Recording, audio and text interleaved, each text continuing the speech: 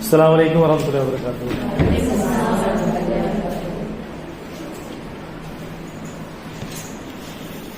நம்ம டாபிக் வந்து அர்த்தமுள்ள ஆபத்து. அர்த்தமுள்ள எத்தனை பேர் வாழ்க்கையில மொபைல் அர்த்தமுள்ளதா இருக்கு? ஒருத்தர் தான் ரைட்டு. 1 2 3 4 5 6 அல்ஹம்துலில்லாஹ். ஸோ மெஜாரிட்டி எல்லாருடைய வாழ்க்கையிலையும் வந்து மொபைல் வந்து அர்த்தமுள்ளதா இருக்கு. ஆனால் மெஜாரிட்டி வந்து உண்மையை சொல்ல போனால் நிறைய பேர் வாழ்க்கையில் இது அர்த்தமற்ற பொருளாக மாறக்கூடிய சூழலில் தான் நம்ம இருக்கோம்.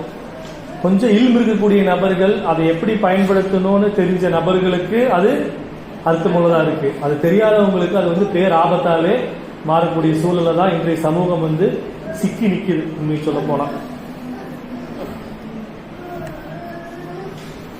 இப்போ இந்த பிரச்சனை யாருக்கு இல்லை? தலைவலி, ஞாபக மறதி, கண்ணெரிச்சல், கழுத்து வலி, மன அழுத்தம், தூக்கமின்மை, சோர்வா இருக்கிறது, எப்பவுமே சோர்வாகவே இருக்கிறது, உடல் பருமன் அதிகரிக்கிறது. இந்த பிரச்சனைகள் வந்து யாருக்கு இல்லை? அல்ஹம்துலில்லாஹ். அப்படி ஒரு ஆள் இல்லைன்னு கை தூக்கிட்டீங்கன்னா உண்மையிலே அல்லாஹ் அவங்க பர்க்கத் செஞ்சிருக்கு, அல்லாஹ் பர்க்கத் எல்லாத்தையும் கொடுக்கணும். சரியா? அதாவது நேரடியாகவோ மறைமுகமாகவோ நம்மளுடைய செல்போன் வந்து நம்மளுடைய உடல் பாதிப்புக்கு ஒரு காரணமாயிருச்சு. அது வந்து நிறைய பேருக்கு தெரியாத விஷயம் என்ன அப்படின்னா, நம்மளுடைய பிரச்சனைக்கு இது ஒரு காரணம்னே தெரியாம தான் நிறைய பேர் வந்து இருக்கக்கூடிய நிலையில நம்ம இன்னைக்கு இருக்கோம். அது எப்படி காரணமா இருக்குங்கிறது நான் அப்புறமா சொல்றேன்.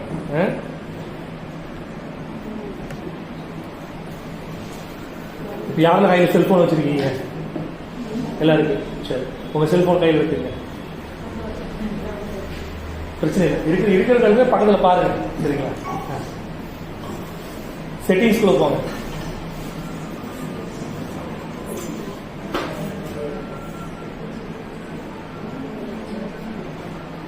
மேல சர்ச் பாக்ஸ் இருக்கா? அதுல வெல் டைப் பண்ணுங்க. WELL well. டிஜிட்டல் வெல்பீயிங் வருதா? WELL well. அப்ப கீழே வந்து டிஜிட்டல் வெல்பீயிங் காட்டும். இந்த மாதிரி டிஜிட்டல், இந்த மாதிரி ஒரு ஸ்கிரீன் வரும். டிஜிட்டல் வெல்பீயிங் சொல்லி ஒரு பட்டன் வருதா? வெல் இல்ல wellbeing, digital wellbeing, screen time வருதா? ஓபன் பண்ணுங்க. திருப்பி அல்ஹம்துலில்லாஹ். அப்படி எந்திரிச்சுன்னா உங்களுக்கு காட்டிடுங்க எல்லாத்துக்கும். இவங்க ஓபன் பண்ணிருக்காங்க அவங்க போன்ல. சரியா? வந்து எல்லாத்துக்கும் வந்துருச்சா? சரி. யாருடைய போன்ல 2 மணி நேரத்துக்கு மேல காட்டுது? 38 minutes, 24 minutes, 45 minutes, 41 minutes, 1 hour 7 minutes. சரி, யாருக்காவது 2 மணி நேரத்துக்கு மேல காட்டுதா? அல்லாஹ் உங்களுக்கு எல்லாம் பர்க்கத் செஞ்சிருக்கான். ஏன்னா அது வந்து நீங்க என்னென்ன ஆப்பை எவ்வளவு நேரம் யூஸ் பண்றீங்க, ஆவரேஜா ஒரு நாளைக்கு வந்து எத்தனை மணி நேரம் நீங்க போன் யூஸ் பண்றீங்க அப்படிங்கிற எல்லா டேட்டாவும் வந்து அதுல இருக்கு. சரியா?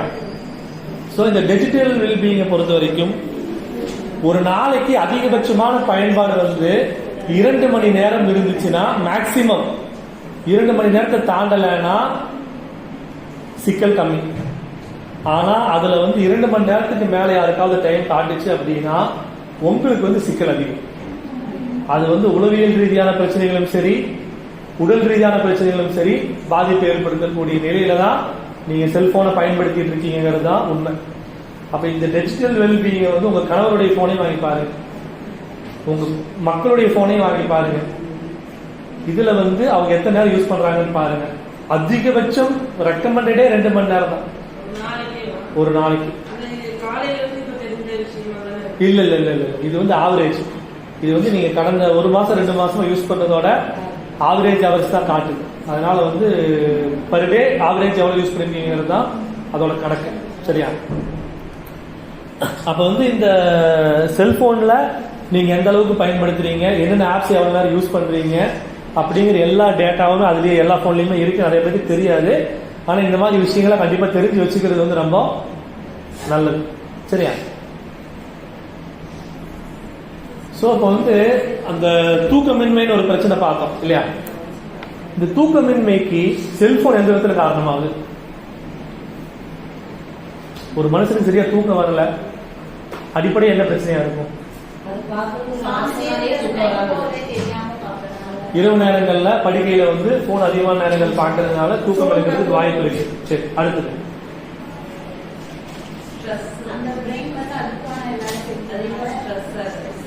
ஓகே. அதாவது ஒரு காரணம் வந்து செல்போன் பார்க்கறது, இன்னொரு காரணம் வந்து மன அழுத்தம், ஸ்ட்ரெஸ். வேற என்ன காரணம் இருக்கு? வயிற்று பிரச்சனை.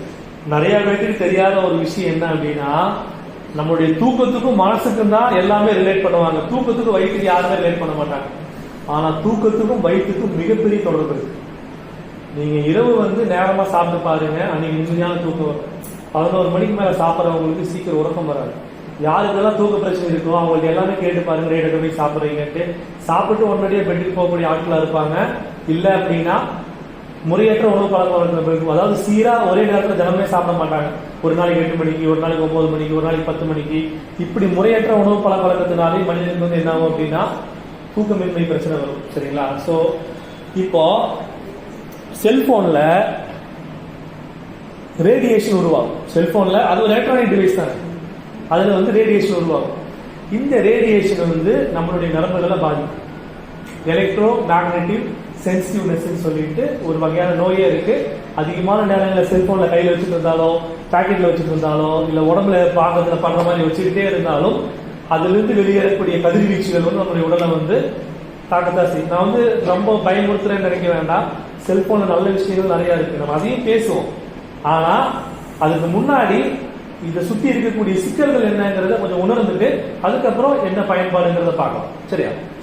அப்ப அதுல வரக்கூடிய ரேடியேஷனால பிரச்சனை இருக்கு. ரெண்டாவது, இரவு நேரங்கள்ல நம்ம அதிகமா செல்போன் பார்க்கும் போது அந்த செல்போன்ல இருந்து வெளியாகக்கூடிய ஒளி வந்து ப்ளூ லைட். அது பேர் என்ன? இந்த ப்ளூ லைட் வந்து என்ன பண்ணணும்னா, நீங்க தூங்கணும் அப்படின்னா மெலட்டோனின் ஒரு சுரக்கு வந்து உங்க மூளையில சுரக்கணும். ஆனா இந்த ப்ளூ லைட் வந்து சுரக்க கூடாது. அப்ப என்ன பண்ணா தூக்கத்தை வந்து பாதிக்கும். அந்த ப்ளூ லைட்னால என்னெல்லாம் பிரச்சனை வருதுங்கிறத நம்ம அடுத்தது பார்ப்போம். அது டீட்டெயிலா பேசுறேன் நானு. ஆனா அது ஒரு பிரச்சனை. சரியா?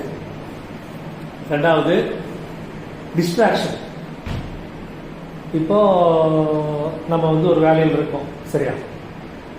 இப்போ நம்ம அதிகமான நேரம் நம்மளுடைய கான்சன்ட்ரேஷனை வந்து எது பாதிக்குது? ஒன்னும் குழந்தைங்க விளையாண்டு இருப்பாங்க, பிடிச்சிட்டு இருப்பாங்க, அவங்களை கவனிச்சுட்டு இருக்கணும். ஸோ அது ஒரு டிஸ்ட்ராக்ஷன், அது ஒரு ஆனந்தமான டிஸ்ட்ராக்ஷன் தான். ஆனா உண்மையை சொல்ல போனா இன்னைக்கு இருக்கக்கூடிய நபர்களுக்கு மிகப்பெரிய டிஸ்ட்ராக்ஷனா இருக்கிறது வந்து செல்போன். நம்ம என்ன காரணத்துக்காக போனை கையில் எடுத்தோங்கிறதே மறந்துடும். இருக்காது, போனை கையில் எடுக்கிறோம், என்ன காரணத்துக்காக எடுத்தோங்கிறதையே மறக்கக்கூடிய நிலையில தான் நிறைய பேர் இருக்காங்க. ஒரு வேலையை செய்யலாம் உட்காருவோம், இது ஈஸியா நம்ம டிஸ்ட்ராக்ட் பண்ணி விடுவோம். குரான் ஓதலாம் போனை கையில் எடுப்போம். ஆனா என்ன ஆகும்? டக்குனு ஒரு நோட்டிபிகேஷன் வரும், அதை கிளிக் பண்ணுவோம், குரான் ஓதுறதை விட்டுட்டு வேற எதையோ பார்த்துக்கணும். இந்த டிஸ்ட்ராக்ஷன்னால தான் முக்கியமா ஞாபக மறதி ஏற்படும் சொல்றேன். ஆனா இப்ப நீங்க வந்து ஒரு ஆள் அவர்கிட்ட பேசிட்டு இருக்காரு, நீங்க போனை யூஸ் பண்ணிட்டே இருக்கீங்க, அவர் சொல்ற வார்த்தையை நீங்க காது கொடுத்து கேட்கவே மாட்டீங்க. நோட் பண்ணிருக்கீங்களா? அப்ப என்ன அர்த்தம் அப்படின்னா, இந்த மாதிரி பழக்கம் அதிகரிக்க இது வந்து உங்களுடைய ஞாபக மறதியை வந்து அதிகப்படுத்தும், மூளையை வந்து இது பாதிக்கும். அப்ப அதனால அந்த டிஸ்ட்ராக்ஷனால வரக்கூடிய உடல் ரீதியான பிரச்சனைகள் நிறைய இருக்கு. ப்ளூ லைட்னால தூக்கமின்மை பத்தி சொன்னேன், அதுலயும் நிறைய பிரச்சனைகள் சொல்றேன் நானு. மூணாவது, அடிக்ஷன். அது வந்து எல்லாம் நினைச்சுக்கிறோம், குடிப்பழக்கம், போதை வஸ்துக்கள், இந்த மாதிரி விஷயங்கள் எல்லாமே ஒரு அடிக்ஷனா பார்க்கப்படுது. ஆனா இது எல்லாத்தையும் விட இன்னைக்கு கவனிக்கப்பட வேண்டிய முக்கியமான அடிக்ஷன் எது அப்படின்னா cellphone usage, social media addiction. நோமோபோபியான்னு ஒரு நோய் இருக்கு.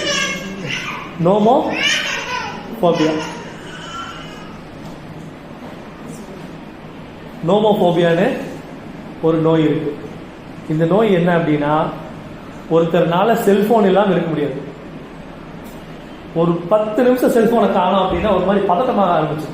எங்க வச்சேன், அங்க வச்சனா, இங்க வச்சனான்னு சொல்லி நம்ம கை வந்து நம்மளே அறியாம செல்போனை தொலாவும். நம்மளால வந்து செல்போனை விட்டு விலகி இருக்க முடியல அப்படின்னா நமக்கு அந்த நோமோபோபியா நோய் இருக்குங்கிறத நம்ம உணரலாம். இந்த நோமோபோபியா நோய் மூலியமா நமக்கு வரக்கூடிய ஆர்வ கோளாறு, எதிர்மறையான விளைவுகள், ஸ்ட்ரெஸ், மன அழுத்தம், இது எல்லாத்துக்குமே வந்து அது ஒரு காரணமா இருக்கு. அந்த செல்போன் ரெகுலரா யூஸ் பண்றவங்க அந்த பிரச்சனை இருக்கும், அது தெரியும்.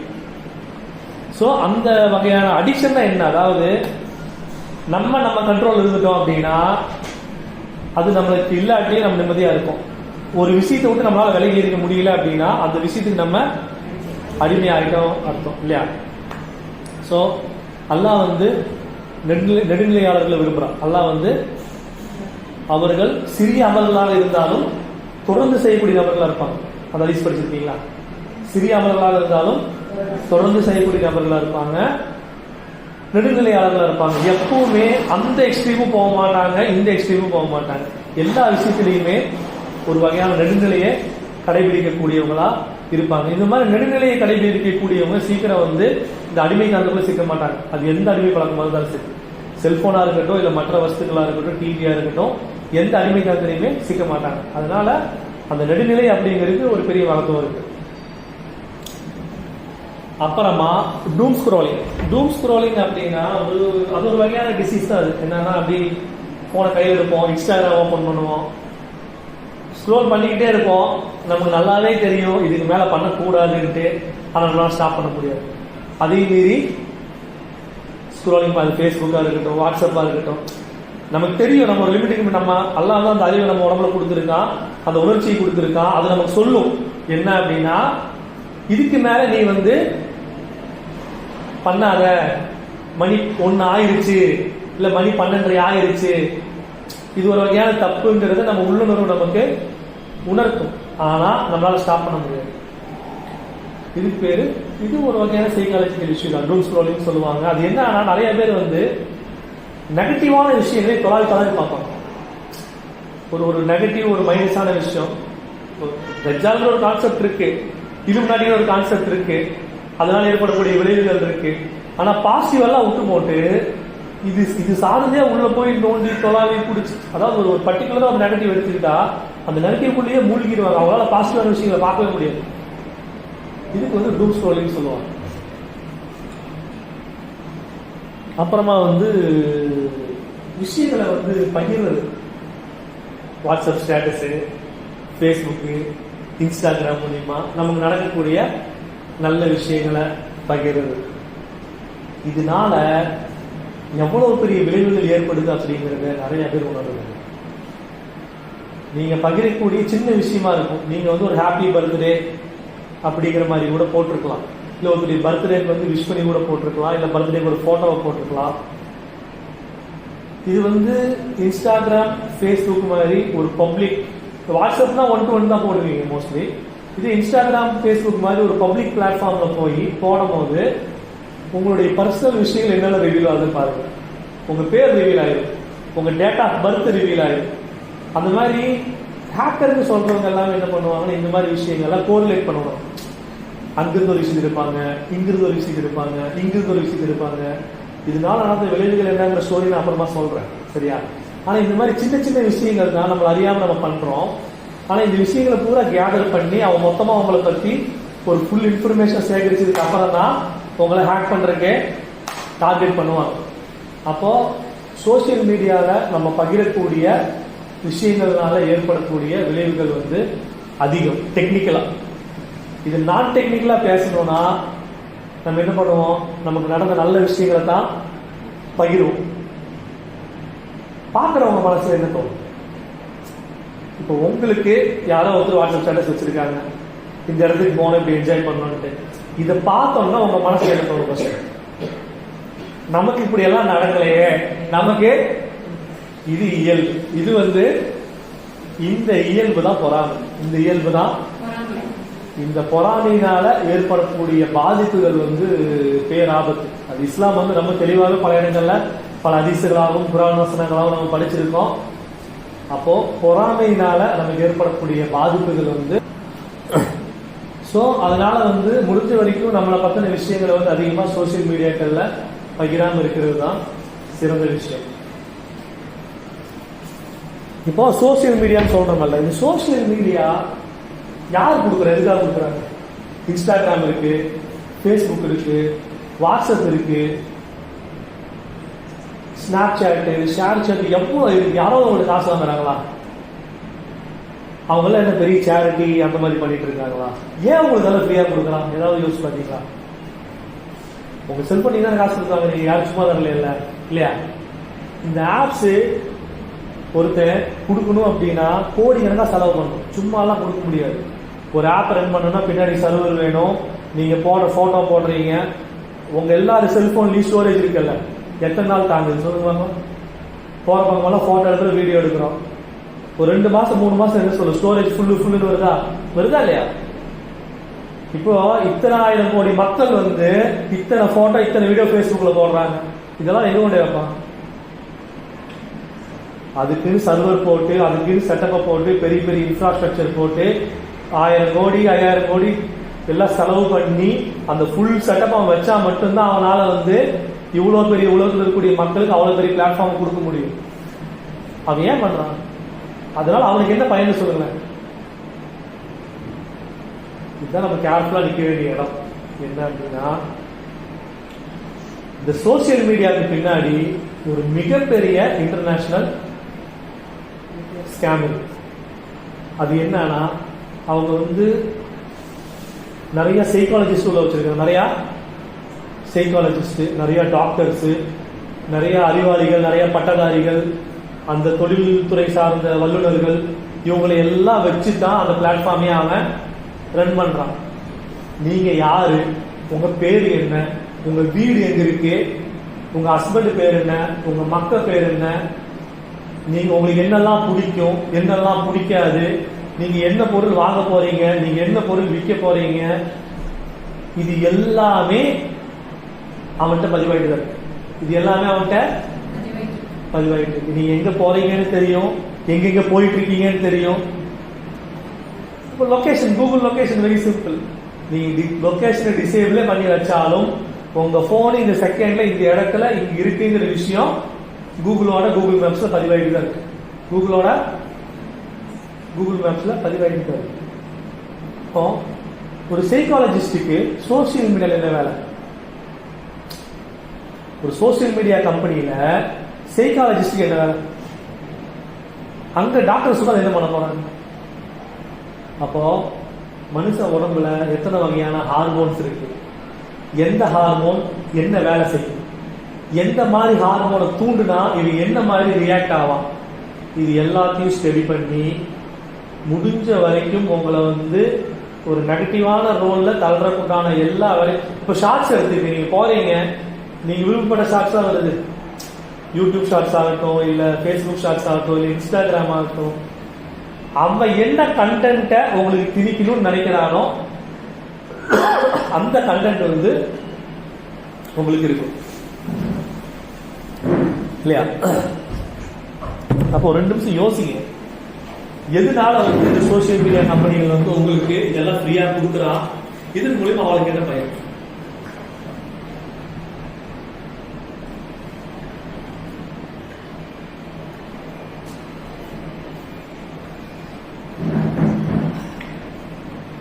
இப்போ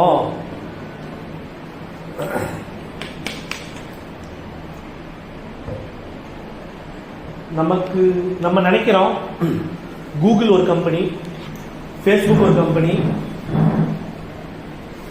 அந்த மாதிரி நிறைய நிறுவனங்கள், ஆப்பிள் ஒரு கம்பெனி, இப்படி எல்லாம் நம்ம நினைச்சுக்கிறோம்.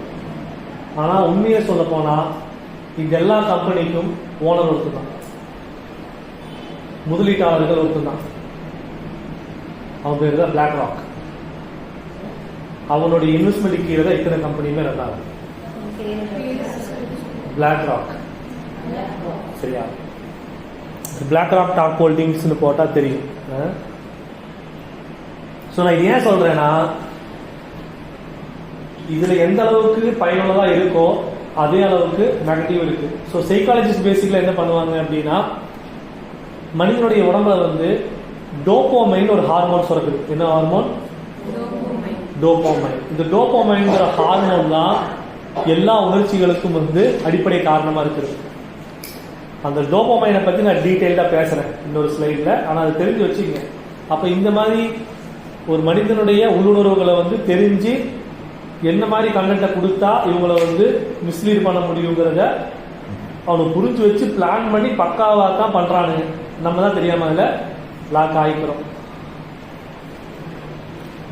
சரி, ஸோ அது வந்து அந்த பிளாட்ஃபார்முக்கு பின்னாடி இருக்கக்கூடிய சீக்ரெட்ஸ். அடுத்தது பிரைவசி. பிரைவசினா நம்மளுடைய தனிப்பட்ட விவரங்கள். இந்த ஸ்மார்ட் போன் வந்ததுக்கு அப்புறமா பிரைவேட்டா இருக்குமா? உண்மையிலே நம்மள பிரைவேட்டா இருக்குமா? அப்ப நம்மளை பத்தின எல்லா விவரங்களும் எல்லாத்துக்குமே தெரியிருக்கு. இந்த ஸ்மார்ட் போன் வந்து ஒரு முக்கிய காரணமா இருக்குங்கிறதுல மாற்றுக்கிறது இல்லை. உங்களுடைய செல்போன் நம்பர் எங்கெல்லாம் பதிவாயிருக்குன்னு உங்களுக்கே தெரியாது. தெரியுமா? உங்க அனுமதி கொண்டுதான் பதிவாக்கப்படுதா? உங்க கான்டாக்ட் நம்பரை இன்னொருத்தர் சேவ் பண்ணியிருப்பாங்க. அவங்க உங்க பேரை போட்டு சேவ் பண்ணியிருப்பாங்க. இப்போ பஷீர் ஒரு நம்பர் போட்டிருக்காரு, தில்சாத் ஒரு நம்பர் போட்டிருக்காரு அப்படின்னா இந்த நம்பர் இன்னொருத்தர் போன்ல ஸ்டோர் ஆயிருக்கு. இப்போ இந்த நம்பருக்குரிய நபர் இவர் தான் அப்படிங்கறத பார்க்கணும்னா இன்னைக்கு ரொம்ப ஈஸி. ட்ரூ காலர் போய் வெப்சைட்ல பார்த்தாலே நம்பர் போட்டா இந்த நம்பரோட பேர் இதுதான், இந்த பேருக்கு பின்னாடி இருக்கக்கூடிய அட்ரஸ் இதுதான் அப்படின்னு ஒரு போன் நம்பரை வச்சு ஒரு தனிப்பட்ட நபரினுடைய எல்லா விவரங்களையும் சேகரிக்க முடியும். அந்த ஃபீல்ட் இருக்கிறதுனால சொல்றேன் நானு. ஒரு தனிப்பட்ட உங்க போன் நம்பர் மட்டுமே வச்சு உங்களை பத்தின எல்லா விவரங்களையும் என்னால சேகரிக்க முடியும். என்னால அப்படின்னா மீன் பண்றேன் அப்படின்னா டெக்னிக்கலா தெரிஞ்ச எல்லாத்தினாலையும் அதை பண்ண முடியும். அந்த அளவுக்கு இன்னைக்கு எல்லா டேட்டாவும் ஓப்பனா தான் இருக்கு. பிரைவசி இல்ல, நீங்க போற இடம் ட்ராக் ஆகுது. ஒன்றும் இல்லை, நீங்க செல்போனை வந்து சும்மா வச்சுக்கங்க. நீங்க செல்போனை வந்து எதுவும் போய் சர்ச் எல்லாம் பண்ண வேண்டாம். நீங்க சும்மா வந்து ஒரு தொடர்ந்து ஒருத்தர் கூட பேசி பாருங்க. என்ன அப்படின்னா, நான் ஒரு அடிடாஸ் ஷூ வாங்கணும்னு இருக்கேன், இல்லை நான் வந்து ஒரு பொருள் வாங்கணும்னு இருக்கேன்னு ஒரு குறிப்பிட்ட பொருளுடைய பெயரை சொல்லி நீங்க பேசி பாருங்க. உங்க செல்போன்ல சம்பந்தமான ஆட் வருதா இல்லையான்னு மட்டும் சொல்லுங்க. ஃபீல் பண்ணிருக்கீங்களா எல்லாரும்? இது எப்படி நடக்குது? அப்போ உங்களுக்கே தெரியாம உங்க மைக்ரோஃபோன் ஓப்பனா தான் இருக்கு. நீங்க பேசக்கூடிய தகவல்கள் அதுல பதிவாயிட்டு இருக்கு. ஏன்னா கூகுள் வந்து இன்ஸ்டால் பண்ணும்போது ஒரு பிரைவசி நோட்ல ஃபர்ஸ்ட் டைம் கேட்டிருப்பான். உங்களை பத்தின ஒரு சில விவரங்களை சேகரிச்சு நாங்க வந்து அனானிமஸா இம்ப்ரூவ்மெண்ட் பண்றதுக்காக கேட்கறோம், do you agree or not கேட்டிருப்பான். நம்மள யாருமே படிச்சிருக்க மாட்டோம். ஜஸ்ட் அக்ரின்னு கிளிக் பண்ணிட்டு பேசாம உள்ள போயிருப்போம். கரெக்டா? அப்ப என்ன அர்த்தம் அப்படின்னா, உங்களை நீங்க என் விவரங்களை நீங்க சேகரிக்கலாம்னு சொல்லி அனுமதி கொடுத்து அவன் அனுமதிப்போட தான் அவன் சேகரிச்சுட்டு இருக்கான். அவன் சொல்லுவான், நாளைக்கு ஒரு பிரச்சனையே ஆனாலும் நாங்க சட்டப்படி தான் பண்றோம். யார் முட்டாளாக்கப்படுறா? மக்கள் தான் முட்டாளாக்கப்படுறாங்க. இப்ப நிறைய இடத்துல வந்து கேமரா ஹைஜாக்கிங் நடக்குது. இப்ப வந்து மெயினா பெண்களா இருக்கிறதுனால சொல்றேன் நானு. நிறைய இடங்கள்ல வந்து அவங்களுடைய கேமரா வந்து பதிவு செய்யப்படுது. டெக்னிக்கலா பேசணும் அப்படின்னா நான் ஒரு லிங்க் அனுப்புவேன். உங்களுக்கு பிடிச்ச மாதிரியே ஒரு விஷயம் போட்டு ஒரு லிங்க் அனுப்புறேன். இந்த ஒரு புது ட்ரெஸ் மாடல் வந்திருக்கு, இந்த லிங்க்ல இருக்கு பாருங்கன்னு சொல்லி அனுப்பிச்சா அந்த லிங்க் நீங்க கிளிக் பண்றீங்க. இந்த லிங்கை கிளிக் பண்றது மூலியமா என்னால வந்து உங்க கேமராவை ஆக்சஸ் பண்ண முடியும். என்னால லிங்கை கிளிக் பண்றது சாதாரண விஷயமா இருக்கலாம். ஆனா லிங்கை கிளிக் பண்றது மூலியமா நம்மளால வந்து ஒரு கம்ப்யூட்டர் இல்ல ஒரு மொபைலோட பர்மிஷன்ஸை எடுக்க முடியும். எப்ப வேணா கேமராவை ரிமோட்ல ஆன் பண்ணி நான் பார்த்துக்க முடியும். உங்க கேமரா நீங்க தான் கையில வச்சிருப்பீங்க. கேமராவை நீங்க தான் கையில வச்சிருப்பீங்க. ஆனா அந்த கேமராவை யாரும் ரிமோட்ல ஆப்ரேட். இதை எப்படி தடுக்கிறதுக்கு வழிகள் நிறைய இருக்குன்னு அதையும் சொல்றேன்.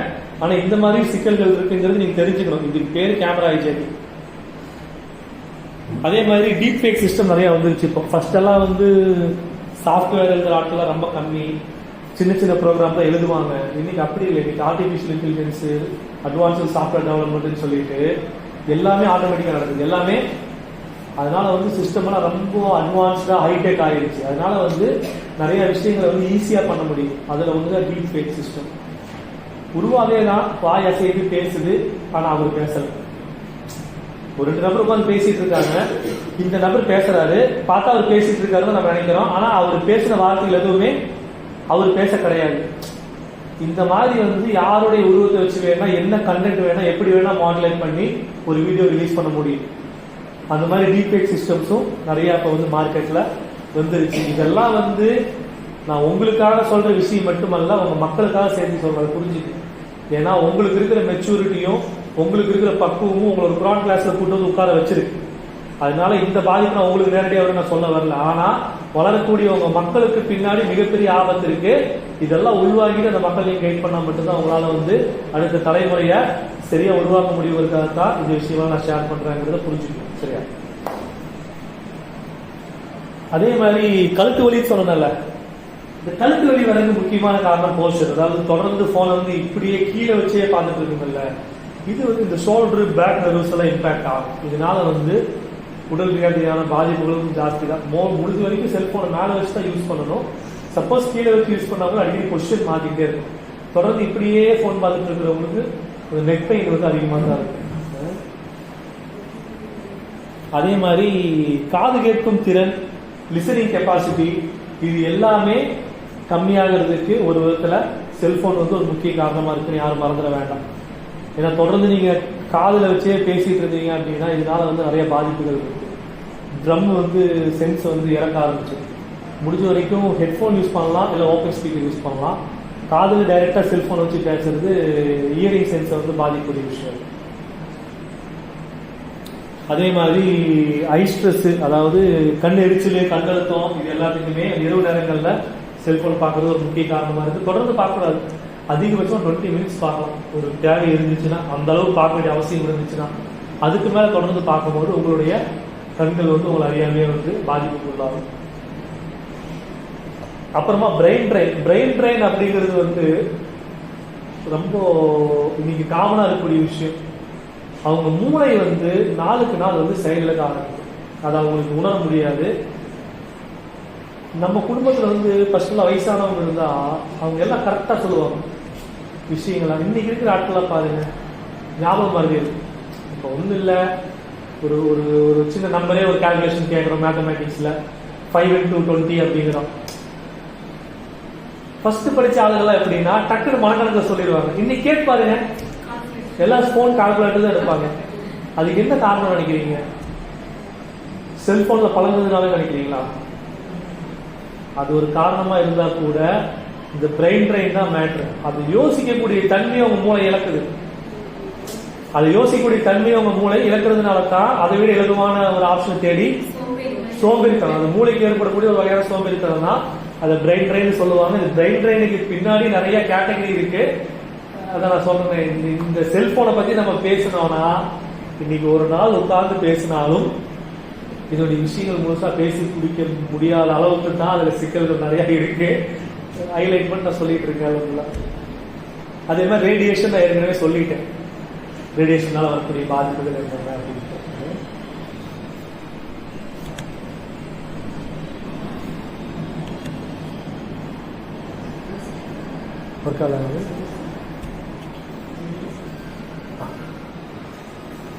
சரி, இப்ப வந்து நம்ம வந்து அந்த அதனுடைய பிரச்சனைகள் அது எல்லாமே பார்த்தோம் இல்லையா? இதுக்கு ஒரு ஸ்லைடு வருமே இதுக்கு முன்னாடி இதுக்கு முன்னாடி நிறைய ஸ்லைட் தாண்டிட்டோம் நினைக்கிறேன். பேக் வாங்க, பேக் பேக் பேக். கரெக்ட். அடுத்து வாங்க.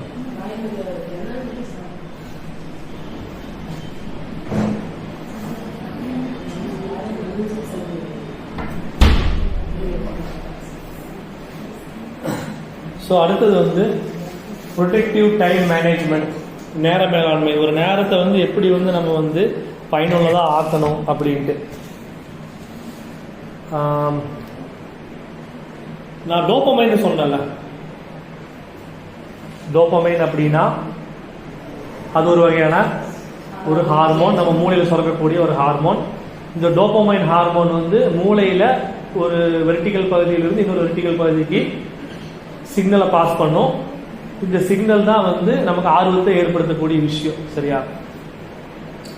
இந்த டோபமைன் அப்படிங்கிற ஹார்மோன் வந்து என்ன பண்ணும் அப்படின்னா, நம்ம உடம்புல ஏற்படக்கூடிய எல்லா விஷயங்களுக்கும் இந்த டோபமைன் வந்து ஒரு காரணமா தான் இருக்கு. இது ஒரு முக்கியமான ஹார்மோன். இந்த ஹார்மோனை பத்தி பெரிய ரிசர்ச்சே இருக்கு. மெயினா சோசியல் மீடியா கம்பெனிக்காரன் போற வந்து இதை பத்தி தரவா தெரிஞ்சு வச்சிருக்கோம். அப்போ இந்த டோபமைன் அப்படிங்கிற ஹார்மோன் வந்து என்ன பண்ணும் அப்படின்னா, நீங்க செய்யக்கூடிய எல்லா செயல்களுக்கும் அதான் காரணம். நீங்க வந்து ஆக்டிவா இருக்கீங்க, ஒரு விஷயத்தை ஆர்வமா செய்யறீங்க, ஒரு ஆர்வமா ஒரு பிரியாணி சமைச்சு கொடுக்குறீங்க, இல்ல ஆர்வமா ஒரு பிசினஸ் பண்றீங்க, நீங்க என்ன பண்ணனாலும் இந்த ஹார்மோன் சுரந்தாதான் அந்த வேலை நடக்கும். அதே மாதிரி நெகட்டிவான விஷயங்கள், ஒரு தவறு செய்யறோம், அதுக்கும் இந்த ஹார்மோன் தான் ஒரு காரணமா இருக்கு. இந்த டோபமைன் அப்படிங்கிற இந்த ஹார்மோன் வந்து பேஸ் லைன் சொல்லுவாங்க. எப்படி ஒரு மனிதனுக்கு அது பேஸ் லைன்ல இருக்கும். பேஸ் லைன்ல இருக்கிற டோபமைன் வந்து ஹை லெவல் போகும், சில நேரங்கள்ல லோ லெவல் போகும். இப்போ இந்த ஹார்மோன் வந்து பேஸ் லைன்ல இருந்தா என்ன நடக்கும், ஹை லெவல்ல இருந்தா என்ன நடக்கும், லோ லெவல்ல இருந்தா நடக்கும்னு சொல்றாங்க. இப்போ வந்து உங்கள்ட்ட ஒரு 10,000 ரூபாய் பணம் இருக்குன்னு வச்சுக்கங்களேன். உங்கள்கிட்ட 10,000 ரூபாய் பணம் இருக்கு. இப்போ இந்த பணத்தை நீங்க நினைச்சா ஈஸியா செலவழிச்சிடலாம். இந்த பணத்தை நீங்க நினைச்சா ஈஸியா சம்பாதிக்கணும்னா இது மைண்ட்ல வச்சுக்கணும். சரி, இப்போ இந்த டோபமைனை பத்தி பேசுவோம். இப்போ இந்த டோபமைன் வந்து பணம் மாதிரி, உங்களுக்கு இருக்கக்கூடிய பணம் மாதிரி அது உங்க மூளையில இருக்கு. சரியா? இது பேஸ் லைன் இருக்கிற வரைக்கும் இது உங்களுக்கு இருக்குன்னு அர்த்தம். இது பேஸ் லைன் இருக்கிற வரைக்கும் எந்த மனிதனுக்கு டோபமைன் வந்து பேஸ் லைன்ல இருக்கோ அவன் வந்து நடுநிலையா சிறப்பா செயல்படுவான். நடுநிலையா சிறப்பா செயல்படுவான். இப்போ நீங்க பார்க்கறதுலயே வந்து பாசிட்டிவ் டோபமைன் இருக்கு, சீப் டோபமைன் இருக்கு. சீப் டோபமைன் வந்து கெட்ட விஷயங்களை வந்து ஊக்குவிக்கும், பாசிட்டிவ் டோபமைன் வந்து நல்ல விஷயங்களை வந்து ஊக்குவிக்கும். இது எங்கிருந்து கிடைக்கும் நான் சொல்றேன். அதுக்கு முன்னாடி இப்போ நீங்க சோசியல் மீடியால பாக்குறீங்க, ஒரு போஸ்ட் போடுறீங்க, இப்போ ஒரு 4 பேர் லைக் பண்ணணும்னு விரும்புறீங்க. அந்த நீங்க 4 பேர் லைக் பண்ணணும்னு விரும்புறீங்க, 10 லைக் வந்துருச்சு. இல்ல நீங்க போட்ட வாட்ஸ்அப் ஸ்டேட்டஸ் 100 பேர் பார்த்துட்டாங்க. அன்னைக்கு நைட் உங்களுக்கு தூக்கம் வருமா? அது ஒரு ஈவினிங் டைம் ஒரு 8 மணிக்கு போடுறீங்கன்னு வச்சுங்களேன். நிறைய பேர் வந்து ஃபேஸ்புக்கை லைக் பண்றாங்க, அவங்க வாட்ஸ்அப்பை லைக் பண்றாங்க, ஷேர் பண்றாங்க. இந்த மாதிரி வந்து நடந்துச்சு அப்படின்னா அன்னைக்கு நிறைய பேருக்கு தூக்கம் வராது. ஏன்னா அவங்களோட டோபமைன் லெவல் வந்து ஹைல போயிருக்கு. டோபமைன் லெவலு இந்த உணர்ச்சிகளை வந்து ஊக்குவிக்கிறது டோபமைன் தான். இது என்ன பண்ணும் அப்படின்னா உங்களுடைய இந்த ஷேரிங் சென்ஸ், உங்களுடைய பகிர்தல், அடுத்தவங்களை பார்த்து அட்ராக்ட் ஆகணும்னு நினைக்கிறது, பாராட்டணும்னு நினைக்கிறது, நிறைய ஷேர் கொடுக்கணும், நிறைய லைக் கொடுக்கணும்ட்டு விர்ச்சுவல் சொல்லுவாங்க. விர்ச்சுவல் அப்படின்னா இந்த இணையதளத்துக்குள்ள உங்களுக்கு உருவாகக்கூடிய டோபமைன் வந்து ஹை பீக்லயே வச்சுட்டு இருக்கும். இதே ஒரு கட்டத்துக்கு மேல டோபமைன் வந்து லோல போனா என்ன ஆகும் தெரியுமா? டோபமைன் யார் லோல போகுதோ அவங்க வந்து ரொம்ப ஒர்க்லெஸ்ஸா ஃபீல் பண்ணுவாங்க. என்னால பயன் இல்லை, நமக்கு என்ன வாழ்க்கை அப்படிங்கிற அளவுக்கு ரொம்ப நெகட்டிவாகவும் ரொம்ப லோ எஸ்டீமாவும் ஒரு வேலையை செய்யறதுக்கு ஆர்வம் இருக்காது. எப்பவுமே சோர்வா இருப்பாங்க, டக்குனு போய் ஒரு வேலையை செய்யணும்னு தோணாது, எப்ப பார்த்தாலும் மந்தமா இருப்பாங்க. நம்மளால யாருக்கும் பயன் இல்லை, நமக்கு ஒரு வாழ்க்கையே இல்லை, நமக்கு எதுவும் சரியா நடக்க மாட்டேங்குது, எப்பவுமே இப்படித்தான் இருக்கும் போல் இருக்கு அப்படின்னு ஒரு ஹோப்பே இல்லாம, ஒரு நம்பிக்கையே இல்லாம எப்பவுமே லோ லெவல்லே இருப்பாங்க. என்ன அர்த்தம்னா அவங்களோட டோபமைன் வந்து லோ லெவல்ல போயிருக்குன்னு அர்த்தம். ஒரு சிலர் வந்து விட்டா வானத்தை ஏறி குதிப்பாங்க. நான் அப்படி பண்ணுவேன், இப்படி பண்ணுவேன், ஓவர் கான்ஃபிடென்ட், ஷேர் போடுறது, ஒரு லைக் வாங்குறது, இதெல்லாம் வந்து ஹை லெவல் டோபமைன். இப்போ டோபமைன் வந்து பேஸ் லைன்ல இருக்கு அப்படின்னா அது ஸ்டெடியா இருக்குன்னு. இப்போ தொடர்ந்து ஷேர் பண்ணி லைக் பண்ணி, தொடர்ந்து ஷேர் பண்ணி லைக் பண்ணிட்டே இருக்கிறவங்களுக்கு டோபமைன் எங்க இருக்கும்?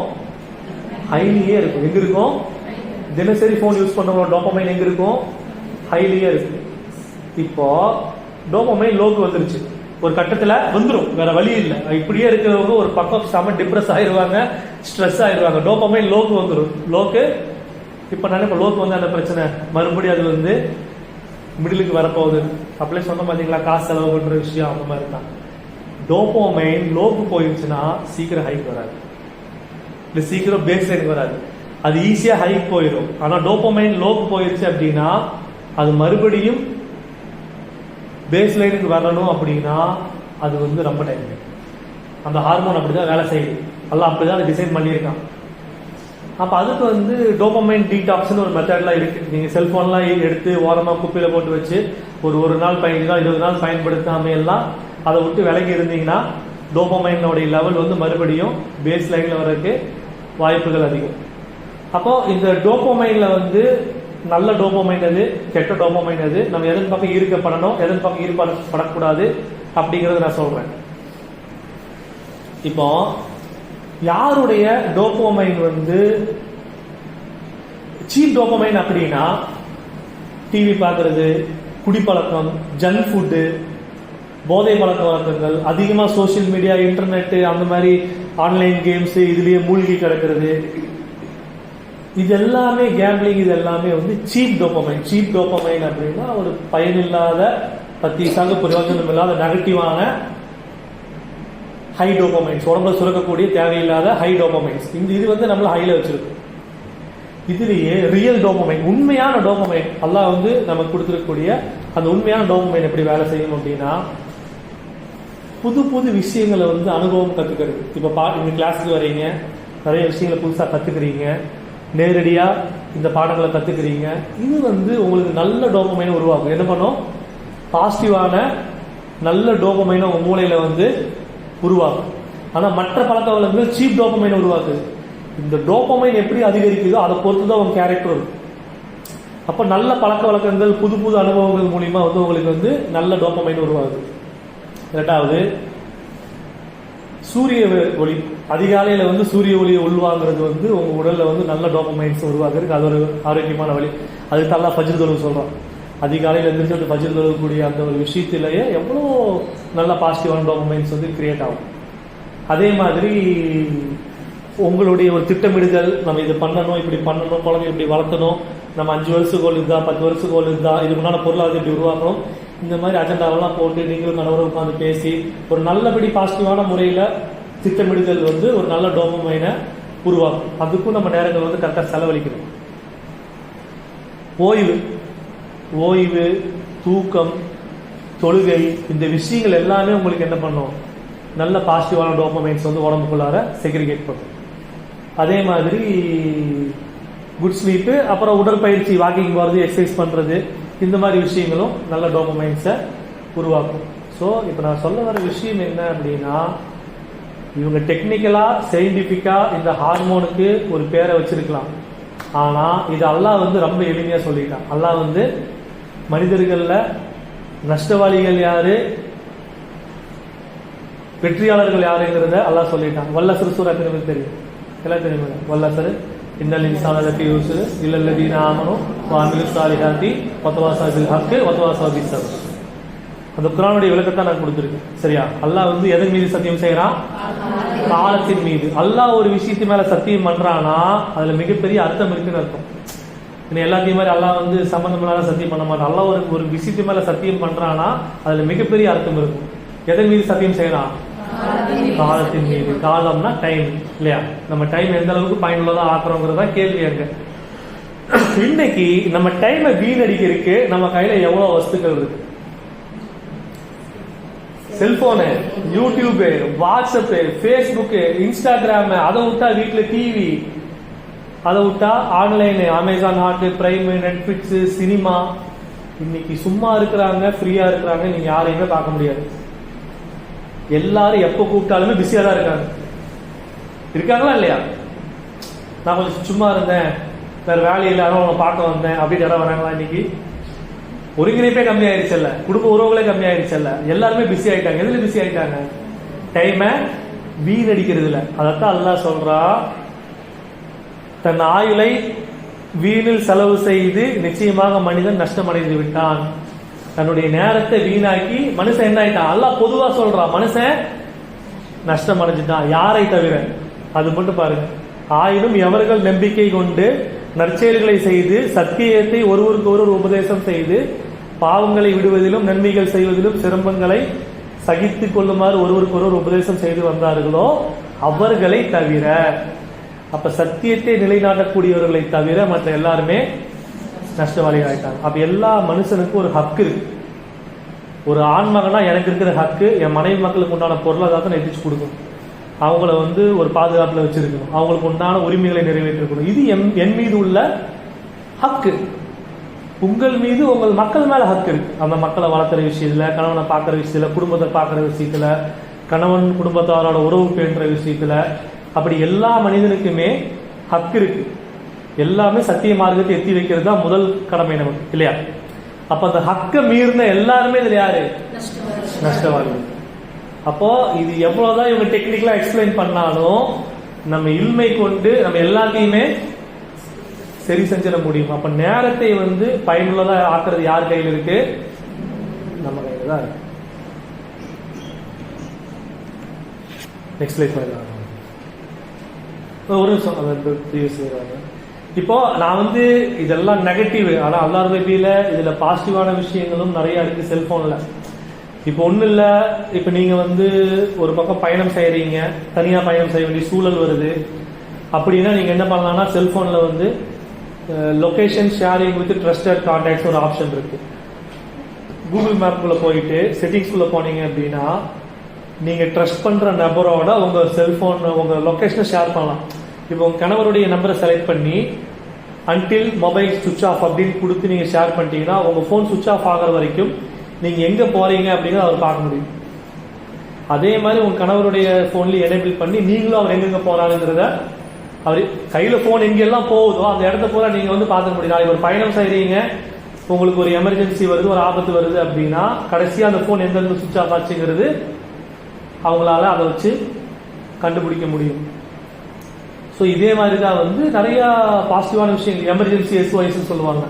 எங்கேயாவது ஒரு பக்கம் போறீங்க, ஒரு ஆபத்து ஏற்படுது, SOS ஒரு பட்டன் இருக்கும், அதை பிரஸ் பண்ணா எமர்ஜென்சி கால் ட்ரிகர் ஆயிடும் சம்மந்தப்பட்டவங்களுக்கு எல்லாத்துக்குமே. அதே மாதிரி அதில் கூகுள் டிரைவ் ஒரு ஆப் இருக்கு.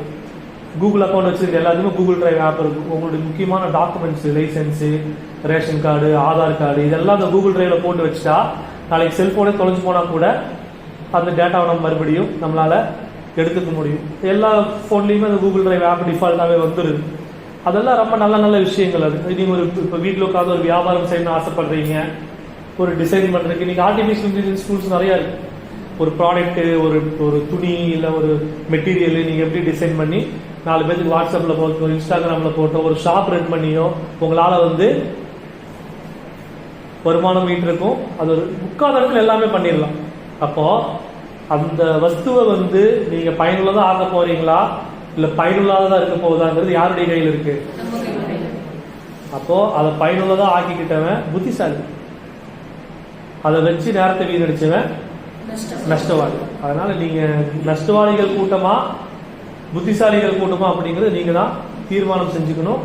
இது உங்களையும் தாண்டி இந்த அறிவு வந்து உங்க மக்களுக்கும் குடும்பத்தாருக்கும் பயன்படணுங்கிறது தான் ஒரு முக்கிய நோக்கம். அதை மறந்துட வேண்டாம்.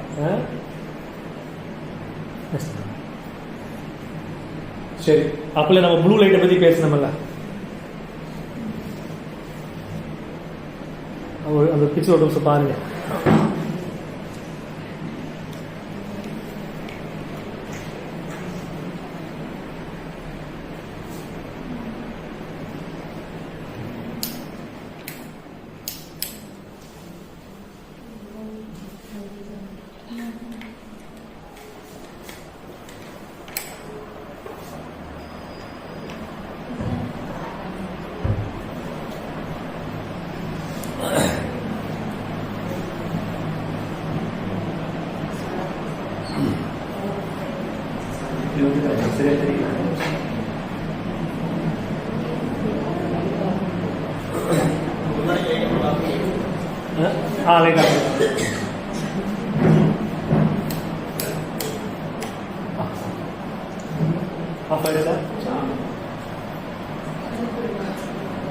சரி, ஓகே.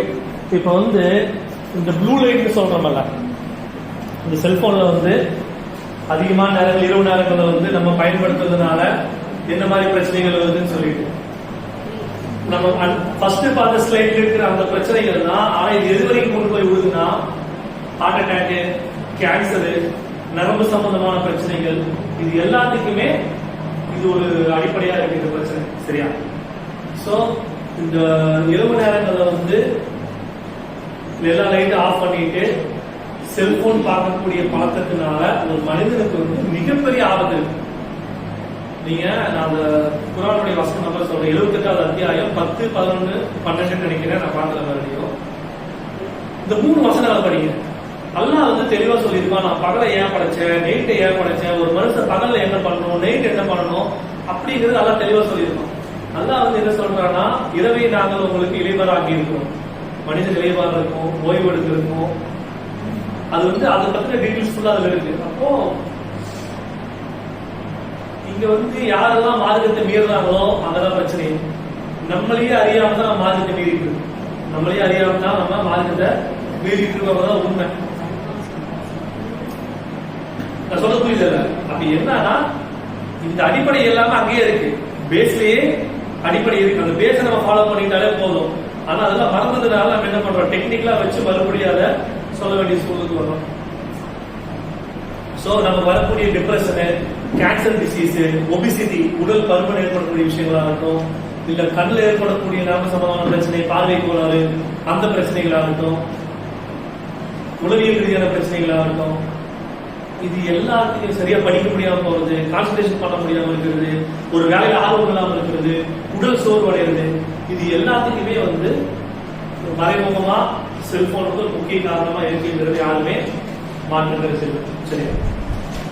இது எப்படி வெளியே வருது, இந்த மாதிரி விஷயங்கள் விட்டு நம்மளை எப்படி நம்ம தவிர்த்து இருக்கிறது அப்படின்னா, அடிப்படை வந்து ஒன்னே ஒண்ணுதான். என்ன அப்படின்னா, நம்ம இல்மு இஸ்லாம் இதை ஃபாலோ பண்ணிட்டாலும் முக்காவாசி பிரச்சனை இங்க சால்வ் ஆயிரும். டெக்னிக்கலா சொல்லணும் அப்படின்னா, உறங்கறதுக்கு போறதுக்கு 1 மணி நேரத்துக்கு முன்னாடி, காலையில தூங்கி எந்திரிச்சதுக்கு அப்புறம் 1 மணி நேரம் போனை தொடவே விடாது. ஆண்களாகட்டும் பெண்களாகட்டும் குழந்தைகளாகட்டும், பெட்டுக்கு போறதுக்கு 1 மணி நேரத்துக்கு முன்னாடி, தூங்கி எந்திரிச்சதுக்கு அப்புறம் 1 மணி நேரம் எக்காரணத்தை கொண்டு செல்போனை தொடவே கூடாது, குழந்தைகளாகட்டும் பெரியவங்களாகட்டும். அப்ப என்ன ஆகுனா, நான் அப்படி சொன்னதுக்காக டிவி பார்க்க கூடாது, அதுக்கும் சேர்த்தா சொல்றேன். அந்த ப்ளூ ரே கதிர்கள் வந்து இந்த பிரச்சனை எல்லாம் இல்லை. இதுக்கு முன்னாடி உங்க அத்தாமாக்கோ உங்க வலிமாக்கோ உங்களுக்கு இருக்கிற எந்த பிரச்சனையுமே இல்லை. எல்லாம் நிறைய காரணம் சொல்லுவாங்க, நீங்க சரியா சாப்பிட்றது இல்லை, சத்தான உணவுகள் இல்லை, ஃபுட் அப்படி ஆயிடுச்சு, இதெல்லாம் வந்து செகண்டரி தான். பிரைமரி ரீசன் நம்ம ஜென்ரேஷன்ல டெக்னாலஜி வந்துருச்சு, அவங்க ஜென்ரேஷன்ல டெக்னாலஜி இல்லை. இங்க டெக்னாலஜி தான் மேஜர் ரோல் பிளே பண்ணுதுங்கிறது யாருமே மறந்துட வேண்டாம் சரியா. ஸோ அந்த 1 மணி நேரத்துக்கு முன்னாடியும் பின்னாடியும் வந்து தவிர்த்துக்குங்க. எக்ஸசைஸ் அந்த மாதிரி பாசிட்டிவ் டோபமைன்ஸ் வந்து இன்க்ரீஸ் பண்றதுக்கு ட்ரை பண்ணுங்க. ரெண்டாவது, எல்லா செல்போன்லயுமே வந்து பெட் டைம் மோட்னு ஒரு மோட் இருக்கு, நீங்க அந்த மெனுல பார்த்தாலே தெரியும். அந்த பெட் டைம் மோட் எனேபிள் பண்ணிக்கிங்க. அப்ப என்ன ஆகுனா, நீங்க 9 மணிக்கு பெட் டைம் மோட் போட்டீங்கன்னா 9 மணிக்கு ஆட்டோமேட்டிக்கா ஸ்கிரீன் வந்து பிளாக் அண்ட் ஒயிட் ஆயிரும், நோட்டிபிகேஷன்ஸ் எல்லாமே ஸ்டாப் ஆயிடும், உங்களை எதுவுமே டிஸ்ட்ராக்ட் பண்ணாது. அப்ப அது நான் போட்டுருக்கேன், நான் போட்டு கிட்டத்தட்ட 4-5 வருஷம் ஆச்சு. நான் 2018 போட்டது, அது இன்னைக்கு வரைக்குமே இருக்கு எனக்கு. கரெக்டா நைட்டு 10 மணிக்கு என் ஃபோன் வந்து நைட் மோட்ல போயிருச்சுன்னா எனக்கு யாரு கால் பண்ணாலும் தெரியாது, எனக்கு யாரு கூப்பிட்டாலும் தெரியாது, எனக்கு எந்த மெசேஜ் நான் பார்க்க மாட்டேன். என் செல்போன் ஒரு பக்கம் இருக்கு, நான் ஒரு பக்கம் இருக்கேன்.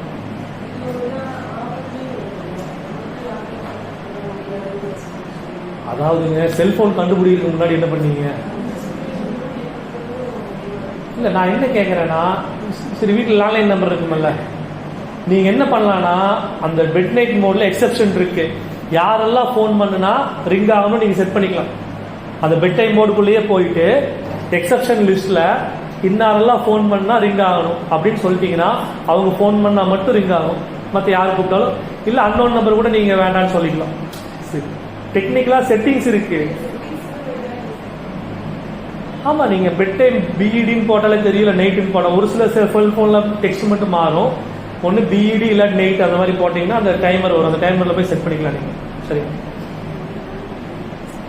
அதே மாதிரி அந்த பெட் டைம் மோட்ல உள்ள போனது டிஜிட்டல் வெல்பீயிங் இருக்குல்ல, அதுல போனீங்கன்னா இந்த டிஜிட்டல் வெல்பீயிங்ல காட்டுவது என்ன, நீங்க எந்தெந்த ஆப்ஸ் அதிகமாக யூஸ் பண்றீங்க, வாட்ஸ்அப் எத்தனை நேரம் யூஸ் பண்ணிருக்கீங்க, ஃபேஸ்புக் எத்தனை நேரம் யூஸ் பண்றீங்க அப்படிங்கிற எல்லா டீட்டெயில் அதுல காட்டும். இப்போ உங்க செல்போன்ல காட்டுது, நீங்க வாட்ஸ்அப் வந்து ஒரு நாளைக்கு தினமுமே நீங்க 2 மணி நேரம் யூஸ் பண்றீங்க, இல்ல 1 மணி நேரம் யூஸ் பண்றீங்க, இல்ல ஃபேஸ்புக் 1 மணி நேரம் யூஸ் பண்றீங்கன்னா உங்களுக்கு தெரியும் சம்திங் ராங். என்னையும் மீறி நான் இந்த ஆப்பை யூஸ் பண்ணுறேன். அப்போ நீங்கள் என்ன பண்ணலான்னா ஸ்க்ரீன் டைமில் போயிட்டு இந்த ஆப்பை நான் 30 நிமிஷத்துக்கு மேலே யூஸ் பண்ணக்கூடாதுன்னு செட் பண்ணிக்கலாம். அப்போ என்ன ஆகுனா 30 நிமிஷத்துக்கு மேலே அந்த ஆப்பை நீங்கள் யூஸ் பண்ணால் அது வார்னிங் சொல்லும், நீ இந்த ஆப்பை 30 நிமிஷம் யூஸ் பண்ணிட்ட, இது உனக்கு ஆபத்து, நீ பண்ணாத அப்படின்னு வார்னிங் பண்ணும். அதுக்கு ஆப்ஸும் இருக்கு, டிஃபால்ட் ஆண்ட்ராய்ட்லேயே வருது. ஆண்ட்ராய்டு இல்லை அப்படின்னா ரிச்சீவ்மெண்ட் ஒரு ஆப் இருக்குது, அதை போட்டு கூட பண்ணிக்கலாம். அப்படி அது இதுக்கு மட்டும் இல்லை, வெப்சைட்ஸ்க்கும் பண்ணிக்கலாம். இந்தந்த வெப்சைட் இத்தனை நேரத்துக்கு மேலே யூஸ் பண்ணக்கூடாது நீங்கள் அதை செட் பண்ணி வச்சுக்கலாம். அதே மாதிரி ஃபோனில் நிறைய மோட் இருக்கு. எப்படின்னா ஃபோக்கஸ் மோட் இருக்கு, bed time mode, parental controls எல்லாம் இருக்கு. இப்போ உங்க மக்களும் உங்க ஃபோன் யூஸ் பண்ணிட்டு இருக்காங்க, இல்லை அவங்களுக்கு தனியாக செல்ஃபோன் இருக்கு அப்படின்னா நீங்கள் அந்த ஃபோனுக்குள்ள போய் பேரண்டல் கண்ட்ரோல் எனேபிள் பண்ணிட்டு அந்த பேரண்டல் கண்ட்ரோலுக்குள்ள லிமிட் செட் பண்ணலாம். இந்த ஆப் இத்தனை நேரம் தான் வேலை செய்யணும், இந்த ஆப் அவங்க யூஸ் பண்ணலாம், இந்த ஆப் அவங்க யூஸ் பண்ணக்கூடாது அப்படின்னு சொல்லி பேரண்டல் கண்ட்ரோலில் போட்டு வச்சுட்டீங்கன்னா அவங்க ஃபோனை ஓப்பன் பண்ணால் அந்த லிமிட்டில் மட்டும்தான் அது வேலை செய்யும். இப்போ இதெல்லாம் கண்டிப்பாக நீங்கள் பண்ணணும். என்ன காரணம்னா இன்னைக்கு உங்களை விட உங்கள் மக்கள் அட்வான்ஸாக இருக்காங்க. உங்களை விட உங்களுக்கே தெரியாமல் அவங்க என்னெல்லாம் ஆப் இன்ஸ்டால் பண்ணியிருப்பாங்க. அந்த ஆப் எல்லாம் ஹைட் பண்ணுறதுக்கு அதில் ஆப்ஷன் இருக்கு. நீங்கள் ஃபோன் ஓப்பன் பண்ணுவீங்க, உங்க கணக்கு அந்த ஆப் தெரியாது. அந்த ஆப் ஹைடுக்கு ஒரு ஆப் இருக்கு. அப்போ ஏன்னா இன்னைக்கு நம்ம வீட்டு குழந்தைகள் கெட்ட விஷயங்களை பழகிறதுக்கு அடிப்படை காரணமாக ஸ்கூல் தான் இருக்கு. ஒரு நல்ல முஸ்லீம் ஸ்கூல்ல இல்முக்காக அனுப்பிச்சா கூட அது இன்னும் மற்ற ஸ்கூல் இன்னும் மோசம். அங்கே இருக்கக்கூடிய பழக்க வழக்கங்கள், அங்கே இருக்கக்கூடிய ஆட்களை பார்த்து அவங்க புது புது விஷயங்களை பழகிட்டு வர்றாங்க. அதனால உங்களுக்கு சொல்ல மாட்டாங்க, அவங்களுடைய வாழ்க்கையே ஃபோனில் தான் இருக்கு. அவங்க உங்களுக்கு தெரியாமல் அவங்க பல சேட் பண்ணிட்டு இருப்பாங்க, பல விஷயங்களை பண்ணிட்டு இருப்பாங்க. ஆனால் அதெல்லாம் நீங்கள் கண்ட்ரோல் பண்ணி வச்சுக்கணும் அப்படின்னா இந்த டெக்னிக்ஸ் எல்லாம் நீங்கள் பழகினா தான் அதெல்லாம் கண்ட்ரோல் பண்ண முடியும். மெயினாக உங்கள் ஃபோனுக்கு ஃபிங்கர் ஓப்பன் போட்டுருங்க, பாஸ்போர்ட் கொடுக்காதீங்க. அப்போ உங்கள் குழந்தை உங்கள் ஃபோன் எடுத்தால் ஓப்பன் ஆகாது. நிறைய பேர் பேட்டர்ன் தான் வச்சுருப்பீங்க, அதான் பிரச்சனை. பேட்டர்ன் வைக்காதீங்க, நம்பரும் பேக்கப்புக்கு நம்பரை வச்சுக்கோங்க. ஆனால் இந்த ஃபிங்கர் ஆப்ஷன் இருக்குல்ல, ராகில் ஓப்பன் பண்ணுறது, ஃபிங்கர் பிரிண்ட், அந்த செட்டிங் போட்டுருங்க.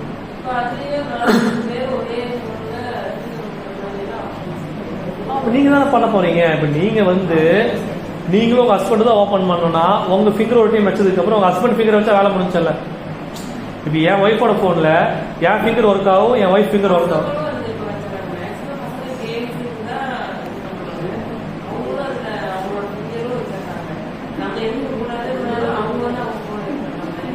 இல்லையே, நீங்க லிமிட் பண்ணிக்கலாம். நீங்க ஃபிங்கர் ஆட் பண்ணக்கூடாதுன்னு பேரண்டல் கண்ட்ரோல் போட்டீங்கன்னா அவங்களால அவங்க ஃபிங்கர் ஆடே பண்ண முடியாது.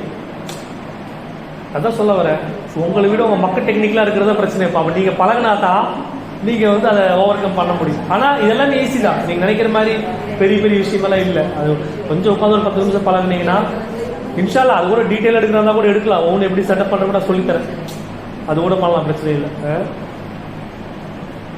அந்த மாதிரி பேரண்டல் கண்ட்ரோல், ஃபோக்கஸ் மோடு போட்டிங்கன்னா எந்த டிஸ்டர்பன்ஸுமே இருக்காது. ஃபோன் ஒரு பக்கம் இருக்க உங்கள் வேலையை நீங்கள் பார்க்கலாம். அதே மாதிரி உங்களுடைய தொழுகையை முறைப்படுத்திக்கிங்க. என்ன காரணம் அப்படின்னா அது ஒரு நன்றிக்குரிய விஷயம். அது அல்லாஹ்க்கு, அல்லாஹ் நம்மளை படைச்சதுக்கு அல்லாஹ் நம்ம பண்ணுற நன்றி. ஆனால் அல்லாஹ் அதில் மறைமுகமான நன்மைகள் நிறைய வச்சிருக்கோம். 5 நேரம் சரியாக தொழக்கூடிய நபர்களுக்கு சீக்கிரமாக வாத பிரச்சனை வர்றதில்லை. இப்போ கொரோனா டிசீஸில் பாதிக்கப்பட்ட நபர்களில் தொழுகை இல்லாதவர்கள் தான் அதிகம். அது ஒரு சென்னைக்கு ஒரு சயின்டிஸ்ட் அது கண்டுபிடிக்கிறாங்க. 5 நேரம் உதவு செய்யும் போது, உதவு செய்யறதுல முறை இருக்கு. நிறைய பேர் தெரியாம உதவு செய்வாங்க. உதவுக்குன்னு ஒரு முறை இருக்கு. அந்த முறைப்படி செஞ்சா தண்ணி எடுத்து நாசியில செலுத்திட்டு தான் வாய் கொடுப்பாங்க. அப்ப நாசியில தண்ணி ஏறும் போது மூக்கு ஆட்டோமேட்டிக்கா சுத்தமாயிருக்கும். இந்த மூக்கு சுத்தமான நபர்களுக்கு சீக்கிரம் கொரோனா வரவே இல்லை. அது ஒரு சயின்டிஸ்ட் கண்டுபிடிக்கிறாங்க. நம்ம என்ன சொல்றோம்னா அல்லாஹ் எல்லாத்துலயுமே மறைமுகமான நன்மைகளை எக்கச்சக்கமா வச்சிருக்காங்க, நமக்கு தெரியாது. அது தொழுகை முறைப்படுத்திங்க, ரொம்ப முக்கியமா இருக்கு. 2வது, புத்தகம் படிக்கிறது உங்க பாசிட்டிவ் டோபமைன் இன்க்ரீஸ் பண்ணும். குரான் படிங்க. வெறுமனே அரபியில மட்டும் படிச்சு நன்மைகள் சேர்த்திக்கிறதுன்னு இல்லாம அர்த்தங்களை படிங்க, தர்ஜுமா படிங்க. குரானை படிச்சு அதன்படி வாழ்றதுக்கு முயற்சி பண்ணுங்க. ஏன்னா புத்தகம் படிக்கிறதுங்கிறது டெக்னிக்கலா உங்களோட பாசிட்டிவ் டோபமைன் இன்க்ரீஸ் பண்ணும். நான் எப்படி பண்ணியிருக்கேன்னா, நான் தினமும் 5 வசனம் ஓதுவேன் அர்த்தத்தோட. அப்போ தினம் 5ங்கிறது ஒரு 10 நிமிஷம் வேலை தான். அப்போ தினமும் என்னால் செய்ய முடியும். ஒரு முழு குரானையும் ஓதி முடிக்கிறதுக்கு என்னால் முடியும். ஒரு டிப்ஸ் தான் சொல்கிறேன். அப்போது உங்களுக்கு ஒரு ஓய்வு நேரம் இருக்கும்போது நீங்கள் என்ன பண்ணணும் அப்படின்னா படிக்கக்கூடிய பழக்கத்தை அதிகப்படுத்துங்க. ஃபோனில் படிக்கிறவங்க ரீட் மோட் எனேபிள் பண்ணுங்க. ஏன்னா ரீட் மோட் எனேபிள் பண்ணும்போது ப்ளூரே வராது, பிளாக் அண்ட் ஒயிட் மட்டும்தான் இருக்குது. ஃபோனில் ரீட் மோட் ஒரு ஆப்ஷன் இருக்குது. ரீடிங் மோடில் போட்டிங்கன்னா நீங்கள் படிக்கக்கூடிய பேஜ் வந்து ப்ளூரே கதிர்களை வந்து வெளியிடாது. அப்போ என்ன ஆகும்னா நீங்கள் புத்தகம் படிக்கிற மாதிரி படிச்சுக்கலாம். ஆனால் பெஸ்ட்டு வந்து டைரெக்டாக பேப்பர் புக்கு படிக்கிறது. அதே மாதிரி குடும்ப ஒருங்கிணைப்புகளை வந்து அதிகப்படுத்துது. ஏன்னா வெறுமனே நம்ம வந்து குழந்தைகளை மட்டும் குறை சொல்லிட்டு பிரயோஜனம் இல்லை. அவங்களுக்கு இன்னைக்கு பழைய மாதிரி வெளியே போய் விளையாடுறது இல்லை, நேரத்தை போக்குறதுக்கு அவங்களுக்கு போதுமான ஆப்ஷன் இல்லை. இப்போ நம்மளாம் வளரும் போது எல்லாம் கூட்டு குடும்பங்களாக இருந்தோம், ஃபோனுக்கு தேவை இருக்குல்ல. ஆனால் இன்றைக்கி அவங்க என்ன பண்ணுறது தெரியாமல் தான் ஃபோனை கையில் எடுக்கிறாங்க.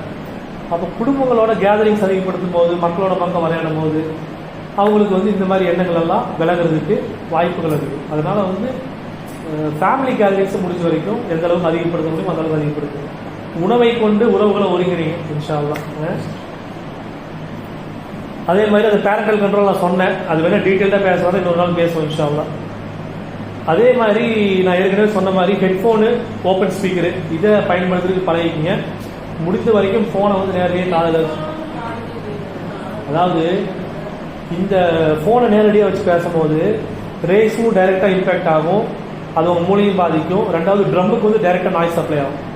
ஆனால் இயர்ஃபோன் யூஸ் பண்ணும்போது டைரெக்டாக நாய்ஸ் சப்ளை ஆகாது, ஃபில்டர்டு நாய்ஸ் தான் சப்ளை ஆகும். அதனால் வந்து பாதிப்பு குறைவு. பாதிப்பு இல்லைன்னு நான் சொல்ல, அதனால பாதிப்பு குறைவு.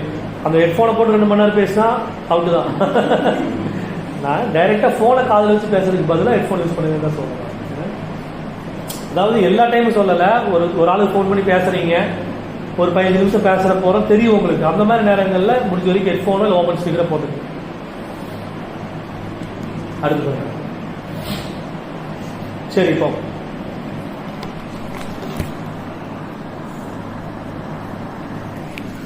உங்க ஊர்ல உங்க கரும்பு கடையில உங்களை சுத்தி என்ன நடக்குது உங்களுக்கு தெரியுமா? எவ்வளோ? 2000, 3000, அப்புறம் ஜாஸ்தியா? எவ்வளோ? 5000? கரும்பு கடைக்குள்ள 50,000 குடும்பங்கள் இருக்கு. கரும்பு கடைக்குள்ள 50,000 குடும்பங்கள் இருக்கு. 50,000 குடும்பங்கள் வாழக்கூடிய ஒரு பகுதிக்குள்ளார அடிப்படை தேவைகள் இருக்கா? ஒரு மருத்துவமனை இருக்கா? துணிக்கடை எல்லா பக்கமும் இருக்கும். நம்ம ஆளு இருக்கிற இடம் பூரா காய்கறி மார்க்கெட்டாவும் துணிக்கடை மாதிரி தான் இருக்கும். துணுக்கு அதை பாப்பை உடுத்து கேட்டா துணுக்கு தின்னு கேட்டா வாங்கிருக்கோம். அப்படியே ஆப்போசிட் அடிச்சிருக்கோம் பல. அப்போ அடிப்படை ஒரு பேங்க் இல்ல, ஒரு போஸ்ட் ஆபீஸ் இல்ல, இத்தனை மக்கள் வாழக்கூடிய பகுதியில் ஒரு தரமான பிளே கிரவுண்ட் இருக்கு. அது ரொம்ப கண்காணிக்க வேண்டிய விஷயம். ஏன்னா பசங்க வளர்றதுக்கு தேவை பிளே கிரவுண்ட். ஏன் பசங்க யார் வந்து எக்ஸசைஸ்ல கான்சன்ட்ரேட் பண்றாங்களோ அவங்களால சீக்கிரம் வந்து போதை வசதிகளுக்கு அடிமையாக மாட்டாங்க. உடற்பயிற்சி செய்யறவங்களுக்கு பாசிட்டிவ் டோபமைன் கிரியேட் ஆகும். அவங்க வந்து சீக்கிரமா வந்து போதை பழக்கத்துக்கு ஆட்பட மாட்டாங்க. ஆனா உடற்பயிற்சியில கான்சன்ட்ரேட் பண்ணாதவங்க ஈஸியா விழுதுடும். ஒன்று பசங்க வந்து இயக்கம் அமைப்பு அப்படி அந்த ஜமாத்துன்னு போகும்போது அதில் தப்பிச்சிடுறாங்க. இல்லை இந்த பக்கம் வந்து எக்ஸசைஸு அந்த மாதிரி ஒரு கான்செப்ட் தப்பிச்சுக்கிறான். இந்த ரெண்டுமே இல்லாமல் ரெண்டு இருக்கான் பார்த்தீங்களா, அவன் சிக்கிடுறான். அப்போது அவங்களோட நெட் வட்டாரங்களை கண்காணிக்க வேண்டிய கடமை அவங்களுக்கு இருக்குது. அப்போது எக்ஸசைஸ் பண்ணுறதுக்கு ஒரு போதுமான பிளே கிரவுண்ட் இல்லை. நிறையா மகளிர் குழுக்கள், வட்டி வரவு செலவு, இதெல்லாம் பெண்களை வந்து ஒரு மோசமான நிலைக்கு தள்ளக்கூடிய நிலைமையில தான் பல இடங்கள் இருக்குது. பல இடங்களில் வரக்கூடிய பிரச்சனைகளை கேட்கும் போது நமக்கு இன்னும் சங்கடமாக தான் இருக்குது. சரி, நான் உங்களுக்கு ஒரு சின்ன எக்ஸாம்பிள் சொல்கிறேன். எனக்கு தெரியணும் இருக்கா சொல்கிறேன். புல்லுக்காட்டில் நடந்த சம்பவம். ஒரு பையன் போதைக்கு அடிமையாயிட்டான். அந்த போதையை விற்கிறவன் வந்து காசு கேட்டுட்டு அவனுக்கு காசு இல்லை. அப்போ அவன் என்ன சொல்லியிருக்கேன்னா, ஏதாவது பெண்ணோட வீடியோ நீ எடுத்துட்டு வா, நான் வந்து உனக்கு அப்புறம் போதை வசதி தரேன்னு இருக்கான். இவன் அவங்க அம்மாக்கே தெரியாமல் பாத்ரூம் வச்சு அவங்க அம்மா வீடியோ எடுத்து கொடுத்துருக்கான். நல்லா புரிஞ்சுக்கிங்க, எவ்வளோ பெரிய இக்கட்டான சூழ்நிலையில் நம்ம சமூகம் சிக்கி இருக்கு அப்படிங்கிறது. இது மீட்டெடுக்க வேண்டிய பொறுப்பு எல்லாத்துக்குமே இருக்கு. சரியா? இப்போ ராயல் நகர் பகுதியில் நேற்றுக்கு ஒரு பெண்மணி பகிர்ந்த ஒரு விஷயம். ராயல் நகரில் வந்து ஒரு பெங்களூர்லேருந்து ஒரு ஃபேமிலி வந்து இங்கே குடி வந்திருந்தாங்க. அவங்க குழந்தைக்கு வந்து தமிழ் தெரியாது, ஹிந்தி மட்டும்தான் தெரியும். இப்போ குழந்தை வெளியே போய் எல்லாத்துக்கூட விளையாட முடியாது அப்படிங்கிறதுக்காக அவங்க என்ன பண்ணுவாங்க, எப்பவுமே குழந்தைக்கு செல்ஃபோனை கொடுத்து வீட்டில் குழந்தைன்னா ஒரு பையன், ஒரு சின்ன பையன், ஒரு 8 வயசு 10 வயசு இருக்கு போல தெரியும், அந்த பையனுக்கு தினமே ஃபோனை கொடுத்து உட்கார வச்சுருவாங்க. அவன் ஃபோனை பார்த்துக்கிட்டே இருப்பான். நாளடைவில் என்ன ஆச்சுன்னா அந்த பையனுக்கு காது கேட்காம ஆயிடுச்சு. இவங்க என்ன பேசுறாலும் அந்த பையனுக்கு காது கேட்கல. கடைசியில் டாக்டர்கிட்ட கூட்டி போய் கேட்டால் டாக்டர்லாம் செக் பண்ணி பார்த்துட்டு உங்கள் பையனுக்கு காதில் எந்த பிரச்சனையுமே இல்லை, அவனுக்கு காதில் நல்லா தான் கேட்குது. ஆனால் அவன் வந்து லிசனிங் கேப்பபிலிட்டி இழந்துட்டான். என்ன பண்ணிட்டான், கேட்கக்கூடிய திறனை, காது கேட்குது ஆனால் அந்த காதுல கேட்கிற விஷயத்த உள்வாங்கக்கூடிய தன்மையை வந்து அவன் இழந்துட்டான் போனை பார்த்து பார்த்து. வேர்ல்டு ஹெல்த் ஆர்கனைசேஷன் வந்து 2 வயசு வரைக்கும் குழந்தைக்கு போனை கொடுக்கக்கூடாதுங்கிறாங்க. அவ்வளோ பெரிய சிக்கல் இருக்காது. 1 வயசுக்கு அதிகபட்சமா 1 வயசுக்கு மேற்பட்ட குழந்தைகளுக்கு ஒரு 1/2 மணி நேரம் ஏதாவது காட்டலாமே ஒழிய போனை கொடுக்கக்கூடாது. அப்போ அந்த பையனுக்கு டாக்டர் கூட்டு போய் காட்டிட்டு டாக்டர் சொன்ன சொல்யூஷன் தெரியுமா, எந்த ஸ்மார்ட் கிளாஸ், டிவி, அந்த மாதிரி செல்போன் எதுவுமே இல்லாத ஏதாவது ஒரு வகுப்புல கொண்டு எங்க பையனை வந்து ஒரு 3 மாசம் விட்டுருங்க. நான் பால்வாடியில் விட்டு விட்டாங்க. அந்த பையன் அல்ஹம்துலில்லாஹ் ஒரு 4-5 மாசம் ரெடி ஆகிட்டான் பால்வாடியில் விட்டு. ஏன்னா அங்கே செல்போன் இருக்காது, ஸ்மார்ட் கிளாஸ் இருக்காது, கம்ப்யூட்டர் இருக்காது, ஸ்கிரீன் டைப் எதுவுமே இல்லையா, போர்டில் எழுதுறது தானே. குழந்தைங்களோட இன்டராக்ட் பண்ணும்போது அந்த பையன் ஒரு 6 மாசத்துல அவன் ரெடி ஆகிட்டான். அப்போ இந்த மாதிரி பிரச்சனைகள்லாம் நடக்குது. இன்னொரு விஷயம், என்னோட சகோதரர் கூப்பிட்டு அவர் தங்கச்சிக்கு ஏற்பட்ட ஒரு பிரச்சனை பற்றி எனக்கு சொன்னாங்க. என்னன்னா, அவரோட ஆலோசனை கேட்கிறாரு. இந்த மாதிரி ஒரு சூழ்நிலை தங்கச்சி இருக்கு, நான் என்ன பண்ணணும்னு கேட்கிறாரு. என்ன பிரச்சனை அப்படின்னா, இந்த பொண்ணு வந்து ஒரு செல்போன்ல ஒரு SMS வாட்ஸ்அப் மெசேஜ் வந்திருக்கு. அந்த மெசேஜ்ல வந்து அந்த பிள்ளைக்கு பிடிச்ச மாதிரி ஏதோ போட்டு இந்த லிங்கை கிளிக் பண்ணுங்க, உங்களுக்கு வந்து இந்த மாதிரி இருக்கு, ஏதோ ஒரு லிங்க் வந்துருக்கு. அந்த பொண்ணு தெரியாம அந்த லிங்கை ஓபன் பண்ணிருச்சு. இந்த லிங்கை கிளிக் பண்ணும் போது அவன் என்ன பண்ணிட்டானா, ஹேக்கரு இந்த பொண்ணோட போன்ல இருந்த கான்டாக்ட் லிஸ்ட் இருக்குல்ல, இந்த கான்டாக்ட் லிஸ்ட் அப்படியே எடுத்தான். இப்போ உங்க போன்ல நீங்க பேர் போட்டு சேவ் பண்ணி வச்சிருப்பீங்க.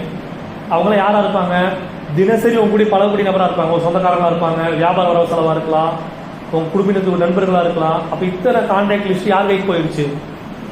ஒரு லிங்கை கிளிக் பண்ண ஒரே காரணத்தினால ஒரு 3வது மனுஷன் கையில இந்த கான்டாக்ட் லிஸ்ட் போயிடுச்சு. இப்போ இந்த கான்டாக்ட் லிஸ்ட் என்ன பண்ணா தெரியுமா, இந்த புள்ளையோட ஃபேஸ்புக் ப்ரொஃபைல் அது எல்லாமே கிடைக்குது. எப்போ ஃபோன் நம்பர் வச்சு ஃபேஸ்புக் ப்ரொஃபைல பாத்துடலாமே. உங்க ஃபேஸ்புக் ப்ரொஃபைல் என்னன்னு நான் பார்க்கணும்னா உங்க ஃபோன் நம்பர் போதும். நல்லா புரிஞ்சுக்கங்க, ரொம்ப சிக்கல் இருக்கும். அந்த ஃபோன் நம்பர் வச்சு ஃபேஸ்புக் ப்ரொஃபைல் எடுத்தா இந்த புள்ள சம்பந்தமான போட்டோ நிறைய போட்டுருக்கு. இந்த புள்ள போட்டோவை எல்லாம் எடுத்து எடிட்டிங் பண்ணி வல்கரா பண்ணி இந்த புள்ளைக்கே அனுப்பி, நீ வந்து எனக்கு ஒரு 10,000 ரூபாய் பணம் அனுப்பலாட்டி இந்த போட்டோவை உன் கான்டாக்ட் லிஸ்ட்டுக்கு அத்தனை பேருக்கு அனுப்பிச்சுட்டுருவேன். எப்படி? அவன் யாருக்கும் அனுப்பல, எங்கேயோ போஸ்ட் பண்ணுவேன்னு சொல்லல. அவன் என்ன சொல்லியிருக்கான், உன் கான்டாக்ட் லிஸ்ட்ல யாரெல்லாம் இருக்காங்களோ அத்தனை பேருக்குமே உன்னோட இந்த போட்டோவை நான் அனுப்பிச்சுட்டுருவேன். இந்த நிலைமையில நீங்க இருந்தா உங்க மனநிலை எப்படி இருக்கு யோசிச்சு பாருங்க. ஏன்னா நம்ம கூட பழகிறவங்களுக்கு நம்மளோட போட்டோ அந்த மாதிரி ஒரு போட்டோ போச்சு அப்படின்னா என்ன நினைப்போம் நம்ம?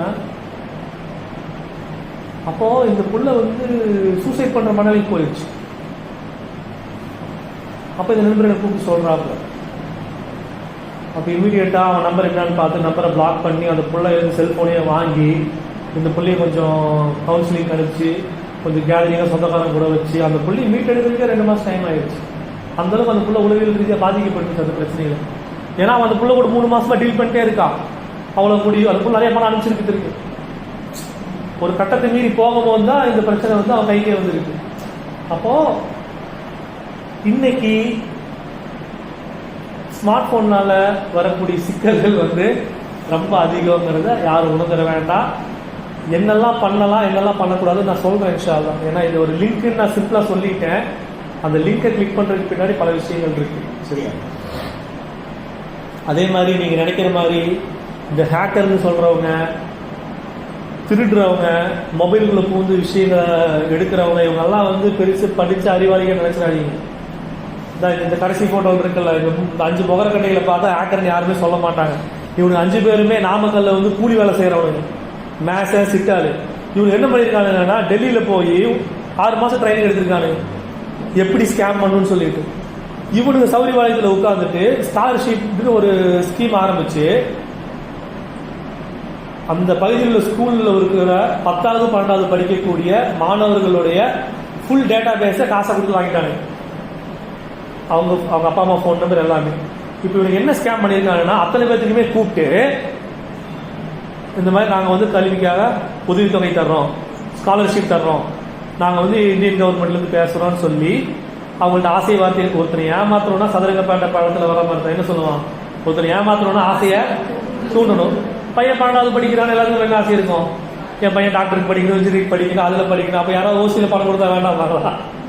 அப்போ கூப்பிட்டு அவன் சொல்லியிருக்கான் இந்த மாதிரி வந்து நாங்கள் பணம் தர்றோம்.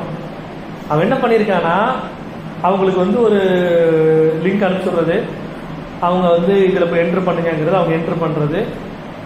இப்போ இந்த கூகுள் பேல பணம் அனுப்பின ஒரு ஸ்க்ரீன்ஷாட் வருதுல்ல, அதை உருவாக்குறதுக்கு தனியாக ஆப்ஸ் எல்லாம் இருக்குது. அந்த மாதிரியே பண்ணுறதுக்கெல்லாம் அந்த மாதிரிலாம் கொஞ்சம் டெக்னிக்காக பண்ணி ஆப் அனுப்பி அவங்கள கன்ஃபார்ம் பண்ண வச்சு, நம்ம உங்களுக்கு 10,000 பணம் வந்துருக்கு பாருங்கம்பாங்க. எனக்கு இன்னும் வரலைங்களே அப்படிம்பாங்க. அப்போ நீங்கள் ஒன்று பண்ணுங்க, இந்த லிங்கை கிளிக் பண்ணி செக் பண்ணி பாருங்கம்பாங்க. லிங்கை கிளிக் பண்ணுவாங்க. அப்போ வந்து அவங்க ஃபோனில் இருக்கிற டேட்டா பூரா தூக்கிட்டு அவங்க பேங்க் அக்கௌண்ட் பேலன்ஸ் எல்லாம் எடுத்துட்டு அதுக்கப்புறம் ஸ்கேம் பண்ணி கிட்டத்தட்ட எத்தனையோ லட்ச ரூபா 50 லட்சமோ என்னமோ ஒரு 500 பேர் ஏமாத்திருக்காங்க அந்த மாதிரி.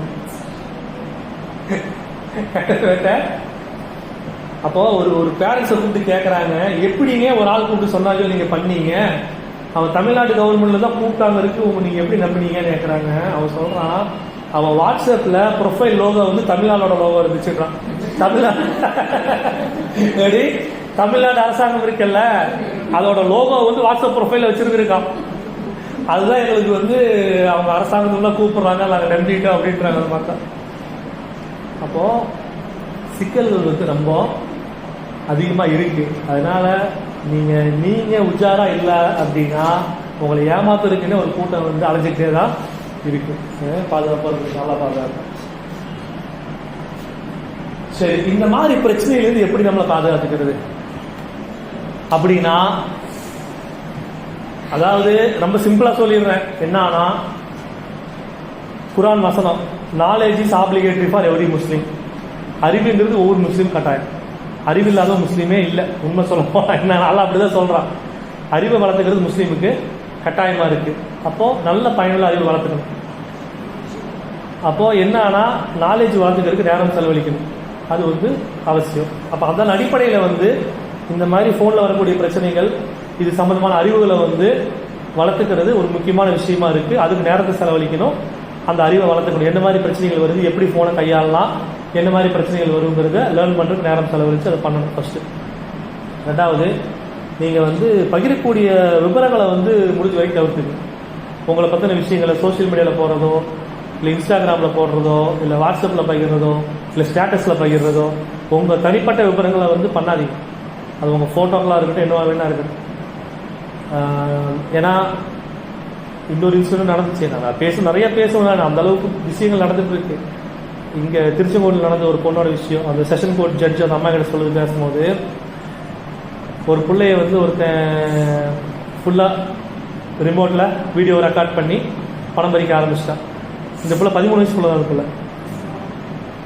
இந்த பிள்ளை வந்து அவனை கேட்குறாங்க, இவன் எப்படிமா பழக்கம்னா, இவன் அந்த பிள்ளைக்கு 3 மாதமாக தான் பழக்கம் ஃபேஸ்புக்கில். நீ முன்ன பண்ண தெரியாதவனுக்கு நீ எப்படிமா வந்து நீ வீடியோ காலில் போனேன்னு கேட்டால், அந்த புள்ள சொல்லுது, இல்லை என்னை பார்த்து ஃபர்ஸ்ட் டைம் கொடுத்து அழகா இருக்கேன்னு சொல்லிட்டாருங்க. இல்லை, பெண்களுடைய தாங்களே வந்து தப்பா எடுத்துக்க வேண்டாம். இல்லை, அந்த அளவுக்கு வந்து குழந்தைங்க பாவம், அது 13 வயசு குழந்தை, அதுக்கு என்ன தெரியும்?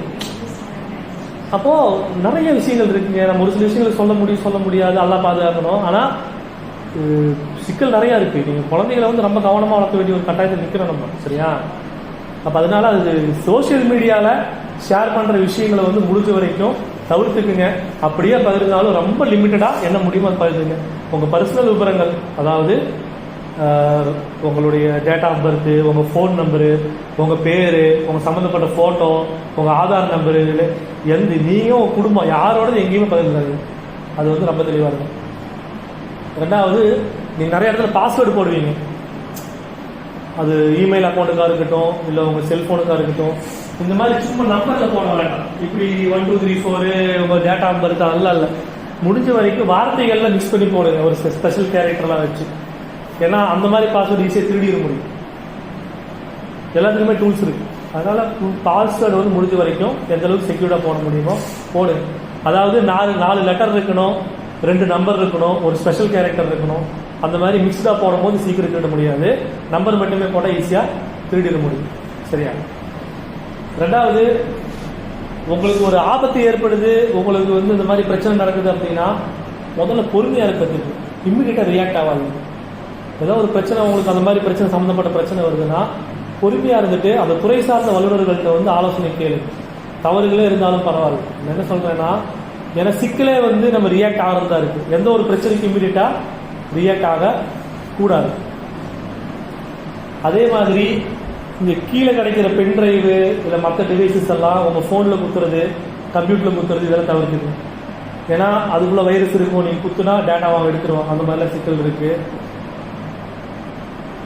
அதே மாதிரி ஏதாவது ஒரு ஃபோன் கால் வருது, உங்களை வந்து ஊக்கப்படுத்துற மாதிரியோ இல்லை உங்களை ரிட்டர்ன் பண்ற மாதிரியோ பேசுறாங்க. இந்த மாதிரி உங்களோட பேங்க் அக்கௌண்ட் HDFC பேங்க்ல இருந்து கூப்பிடுறோம், உங்க அக்கௌண்ட் எங்க இருக்கு, உங்க அக்கௌண்ட் அங்க இருக்குன்னு தெரிஞ்சுதான் அவங்க கூப்பிடுறான். பேங்க்ல இருந்து கூப்பிடுறோம், உங்க அக்கௌண்ட் பிளாக் ஆகிடுச்சு, நீங்க 1 மணி நேரத்துல இதை செய்யல அப்படின்னா இந்த பணம் ஃபுல்லாக போயிடும் இப்படிலாம் சொல்லுவாங்க. இல்லாட்டி கூப்பிட்டு இந்த மாதிரி உங்களுக்கு ரேஷன் கார்டு வந்திருக்கு, உங்க OTP கொடுங்கன்னு சொல்லுவாங்க. இந்த மாதிரி போன்ல கூப்பிட்டு யார் என்ன கடன் கொடுக்கல. அவன் சம்பந்தப்பட்ட நிறுவனத்திலிருந்து அப்படி கூப்பிட்டு கேட்க மாட்டாங்க. நீங்க நேரடியா போய் பாத்துருங்க. இல்ல அப்படின்னா சம்பந்தப்பட்ட நிறுவனத்துக்கு கால் பண்ணி பேசிடுங்க. யாரு போன்ல வந்து உங்களை வந்து இந்த மாதிரி பண்ணுங்க. அதே மாதிரி ஒரு சில நேரங்களில் உங்களை நீங்க வந்து 100 ரூபா கொடுத்தா 200 ரூபா தர்றோம். அதாவது பேராசை தான் எல்லா பிரச்சனையும் காரணம். பேராசை தான் எல்லா பிரச்சனையும் காரணம். சரியா? அப்ப அதனால முடிஞ்ச வரைக்கும் அந்த மாதிரி ஸ்கேம்ல சிக்காம இருக்கு. ஓசியில் யாருமே தர மாட்டாங்க. இப்ப இத்தனை சொன்னல, பேஸ்புக் ஆப் உங்கள்ட்ட இருந்து பணம் வாங்குறது இல்ல, அப்புறம் ஏன் அவன் சும்மா தரான்ட்டு. ஏன் தெரியுமா? நீங்க விலையா கொடுக்கறது உங்க டேட்டா. நீங்க அவனுக்கு விலையா கொடுக்கறது உங்க டேட்டா. அதை வச்சு அவன் $1 மில்லியன் சம்பாதிச்சிட்டு. வாட்ஸ்அப்புக்கு 17 பில்லியன் யூசர்ஸ் இருக்காங்க. 17 பில்லியன் யூசர்ஸ்னா உலக மக்கள் தொகையில 4 பங்கு உயரத்தோட கிட்டத்தட்ட 4 பேருக்கு மேல அவன் என்ன வச்சிருக்கான்? உங்க டேட்டா வச்சிருக்கான். உங்க பேரு, உங்க போன் நம்பரு, உங்க வீட்டு அட்ரஸ், நீங்க யாரு, இதெல்லாம் தான் உனக்கு காசு. இதை வச்சு எப்படி காசாக்க முடியும்னா அது பெரிய டாபிக், நம்ம அதுக்குள்ள போக வேண்டாம். ஆனா அதெல்லாம் தான் நீங்க கொடுக்குறீங்க, விளையா கொடுக்குறீங்க, மறந்துட வேண்டாம். சரியா? அது மாதிரி உங்களுக்கு ஏதாவது ஃப்ரீ வைஃபைல எங்க சீக்கிரம் கனெக்ட் பண்ணாதீங்க. அதாவது ஒரு இடத்துக்கு போற இன்டர்நெட்ல ஃப்ரீயா வைஃபை வச்சிருக்கான்னு கனெக்ட் பண்ணாதீங்க. ஃப்ரீ வைஃபை கனெக்ட் பண்ணா சர்வர் வச்சிருக்கோம், டேட்டா பூரா தூக்கிடும். அதனால எல்லாமே கொஞ்சம் கேர்ஃபுல்லாக தான் டீல் பண்ணணும். அப்படிப்பட்ட சூழல் தான் நிற்கிற ஸ்மார்ட் போனை பொறுத்த வரைக்கும். அதே மாதிரி ரெகுலராக சாஃப்ட்வேர் அப்டேட் பண்ணுங்க. அந்த ஃபோனில் அடிக்கடி அப்டேட் கேட்கல, அது ரெகுலராக பண்ணுங்க. ஏன்னா நிறைய நேரங்களில் அந்த கம்பெனிக்கார வந்து செக்யூரிட்டிக்கு தான் பேட்ச் கொடுப்பாங்க. அதில் ஒரு பிரச்சனை இருக்கிறதுனால தான் அவன் என்ன பண்ணுறான், சாஃப்ட்வேர் அப்டேட் பண்ணுங்கன்றான். அப்போ அப்டேட் பண்ணாதான் பிரச்சனையெல்லாம் சால்வ் ஆகும். நீங்கள் பாட்டுக்கு அதை கேன்சல் கொடுத்துட்டே இருந்தீங்க அப்படின்னா இருக்கிற பிரச்சனை இருந்துகிட்டே தான் இருக்கு. சரியா? அதே மாதிரி ஃபிஷிங்னு சொல்லுவாங்க. டெக்னிக்கலாக சொல்ல போனால் ஃபிஷிங்கிறது ஒரு ஹேக்கிங் கான்செப்ட். இப்போ லிங்க் அனுப்பி கிளிக் பண்ண சொல்றாங்கல்ல, இந்த லிங்க் வந்து எதில் வேணா வரலாம். வாட்ஸ்அப்ல வரலாம், SMS-ல வரலாம், இமெயில்ல வரலாம். உங்களுடைய ஆசையை தூண்டுற மாதிரி தான் இருக்கும். உங்க பேங்க் அக்கௌண்டா தான் இருக்கும், உங்களோட போட்டோவா தான் இருக்கும், உங்களோட சம்மந்தப்பட்ட விஷயமா தான் இருக்கும். நீங்க ஒரு இடம் வாங்காத தீர்மானிச்சு வச்சிருக்கலாம். அந்த நேரத்தில் ஒரு மெசேஜ் வரலாம், இந்த இடத்துல இடம் இருக்குன்னு சொல்லலாம். நான் என்ன சொல்றேன்னா, நீங்க நேர்ல போய் விசாரிக்காம எந்த விதமான நடவடிக்கை செல்போன்ல வச்சு நீங்க ஆக்ஷன் எடுத்துறாதீங்க. செல்போனை பேஸ் பண்ணி ஆக்ஷன் எடுத்துட வேண்டாம். அதுதான் ரொம்ப முக்கியமான. செல்போனை மையப்படுத்தி எந்த ஒரு லிங்கையும் கிளிக் பண்றதுக்கு முன்னாடி கேர்ஃபுல்லா இருக்கணும். ஒரு லிங்க் நல்ல லிங்கா கெட்ட லிங்கான்னு பாக்குறதுக்கு ஆப் இருக்கு. வைரஸ் டோட்டல் ஒரு ஆப் இருக்கு. அதுல போய் அந்த லிங்கை போட்டா இந்த லிங்க் கெட்ட லிங்கா இருந்தா அவன் டான்சர்னு சொல்லிடுவான். நல்ல லிங்கா இருந்தா கிரீன் கலர்ல டிக் மார்க் காட்டும். சரியா?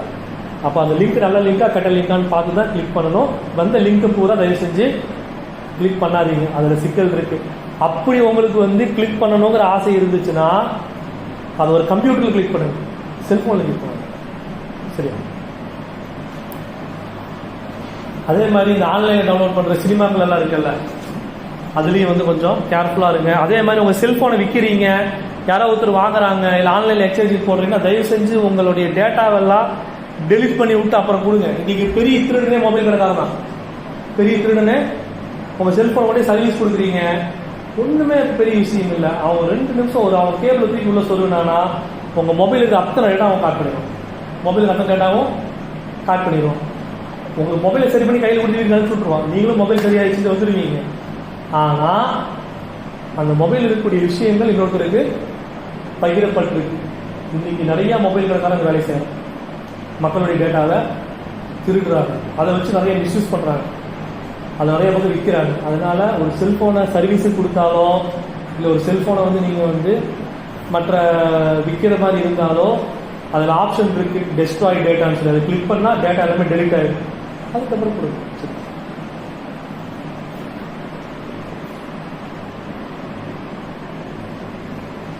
ஸோ இப்போ வந்து உங்களுக்கு ஒரு பிரச்சனை ஏற்படுது. இதுதான் கடைசி ஸ்லைடு, இதுக்கு முன்னாடி இருக்கிற ஸ்லைடு. அவ்வளோ சரி. இப்போ வந்து உங்களுக்கு ஒரு பிரச்சனை ஏற்படுது.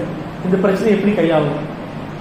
உங்கள் பணத்தை யாராவது திருடிட்டாங்க, இல்லை உங்களை யாராவது ஃபோனில் கூப்பிட்டு மிரட்டுறாங்க, இல்லை உங்கள் சம்மந்தமான டேட்டா எங்கேயாவது லீக் ஆயிடுச்சு, இல்லை யாராவது உங்களை வந்து த்ரெட்டன் பண்ணுறாங்க அப்படின்னா நீங்கள் என்ன பண்ணணும்னா, நேஷனல் சைபர் கிரைம்னு சொல்லிட்டு இந்தியன் கவர்மெண்ட்டோட சைபர் செக்யூரிட்டி சென்டர் இருக்கு, அங்கே கூப்பிட்டு பதிவு செய்யும்.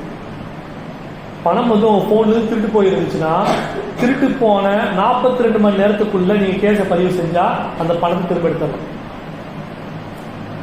24 மணி நேரம் தான் கணக்கு, ஆனா இப்ப 40 மணி எக்ஸ்டெண்ட் பண்ணிருக்காங்க. ஆனா உங்களுக்கு பணம் உங்களுக்கு யாரோ ஏமாத்தி பணத்தை திருடிட்டாங்க, அக்கௌண்ட்ல பணம் வெளியே போயிருச்சு.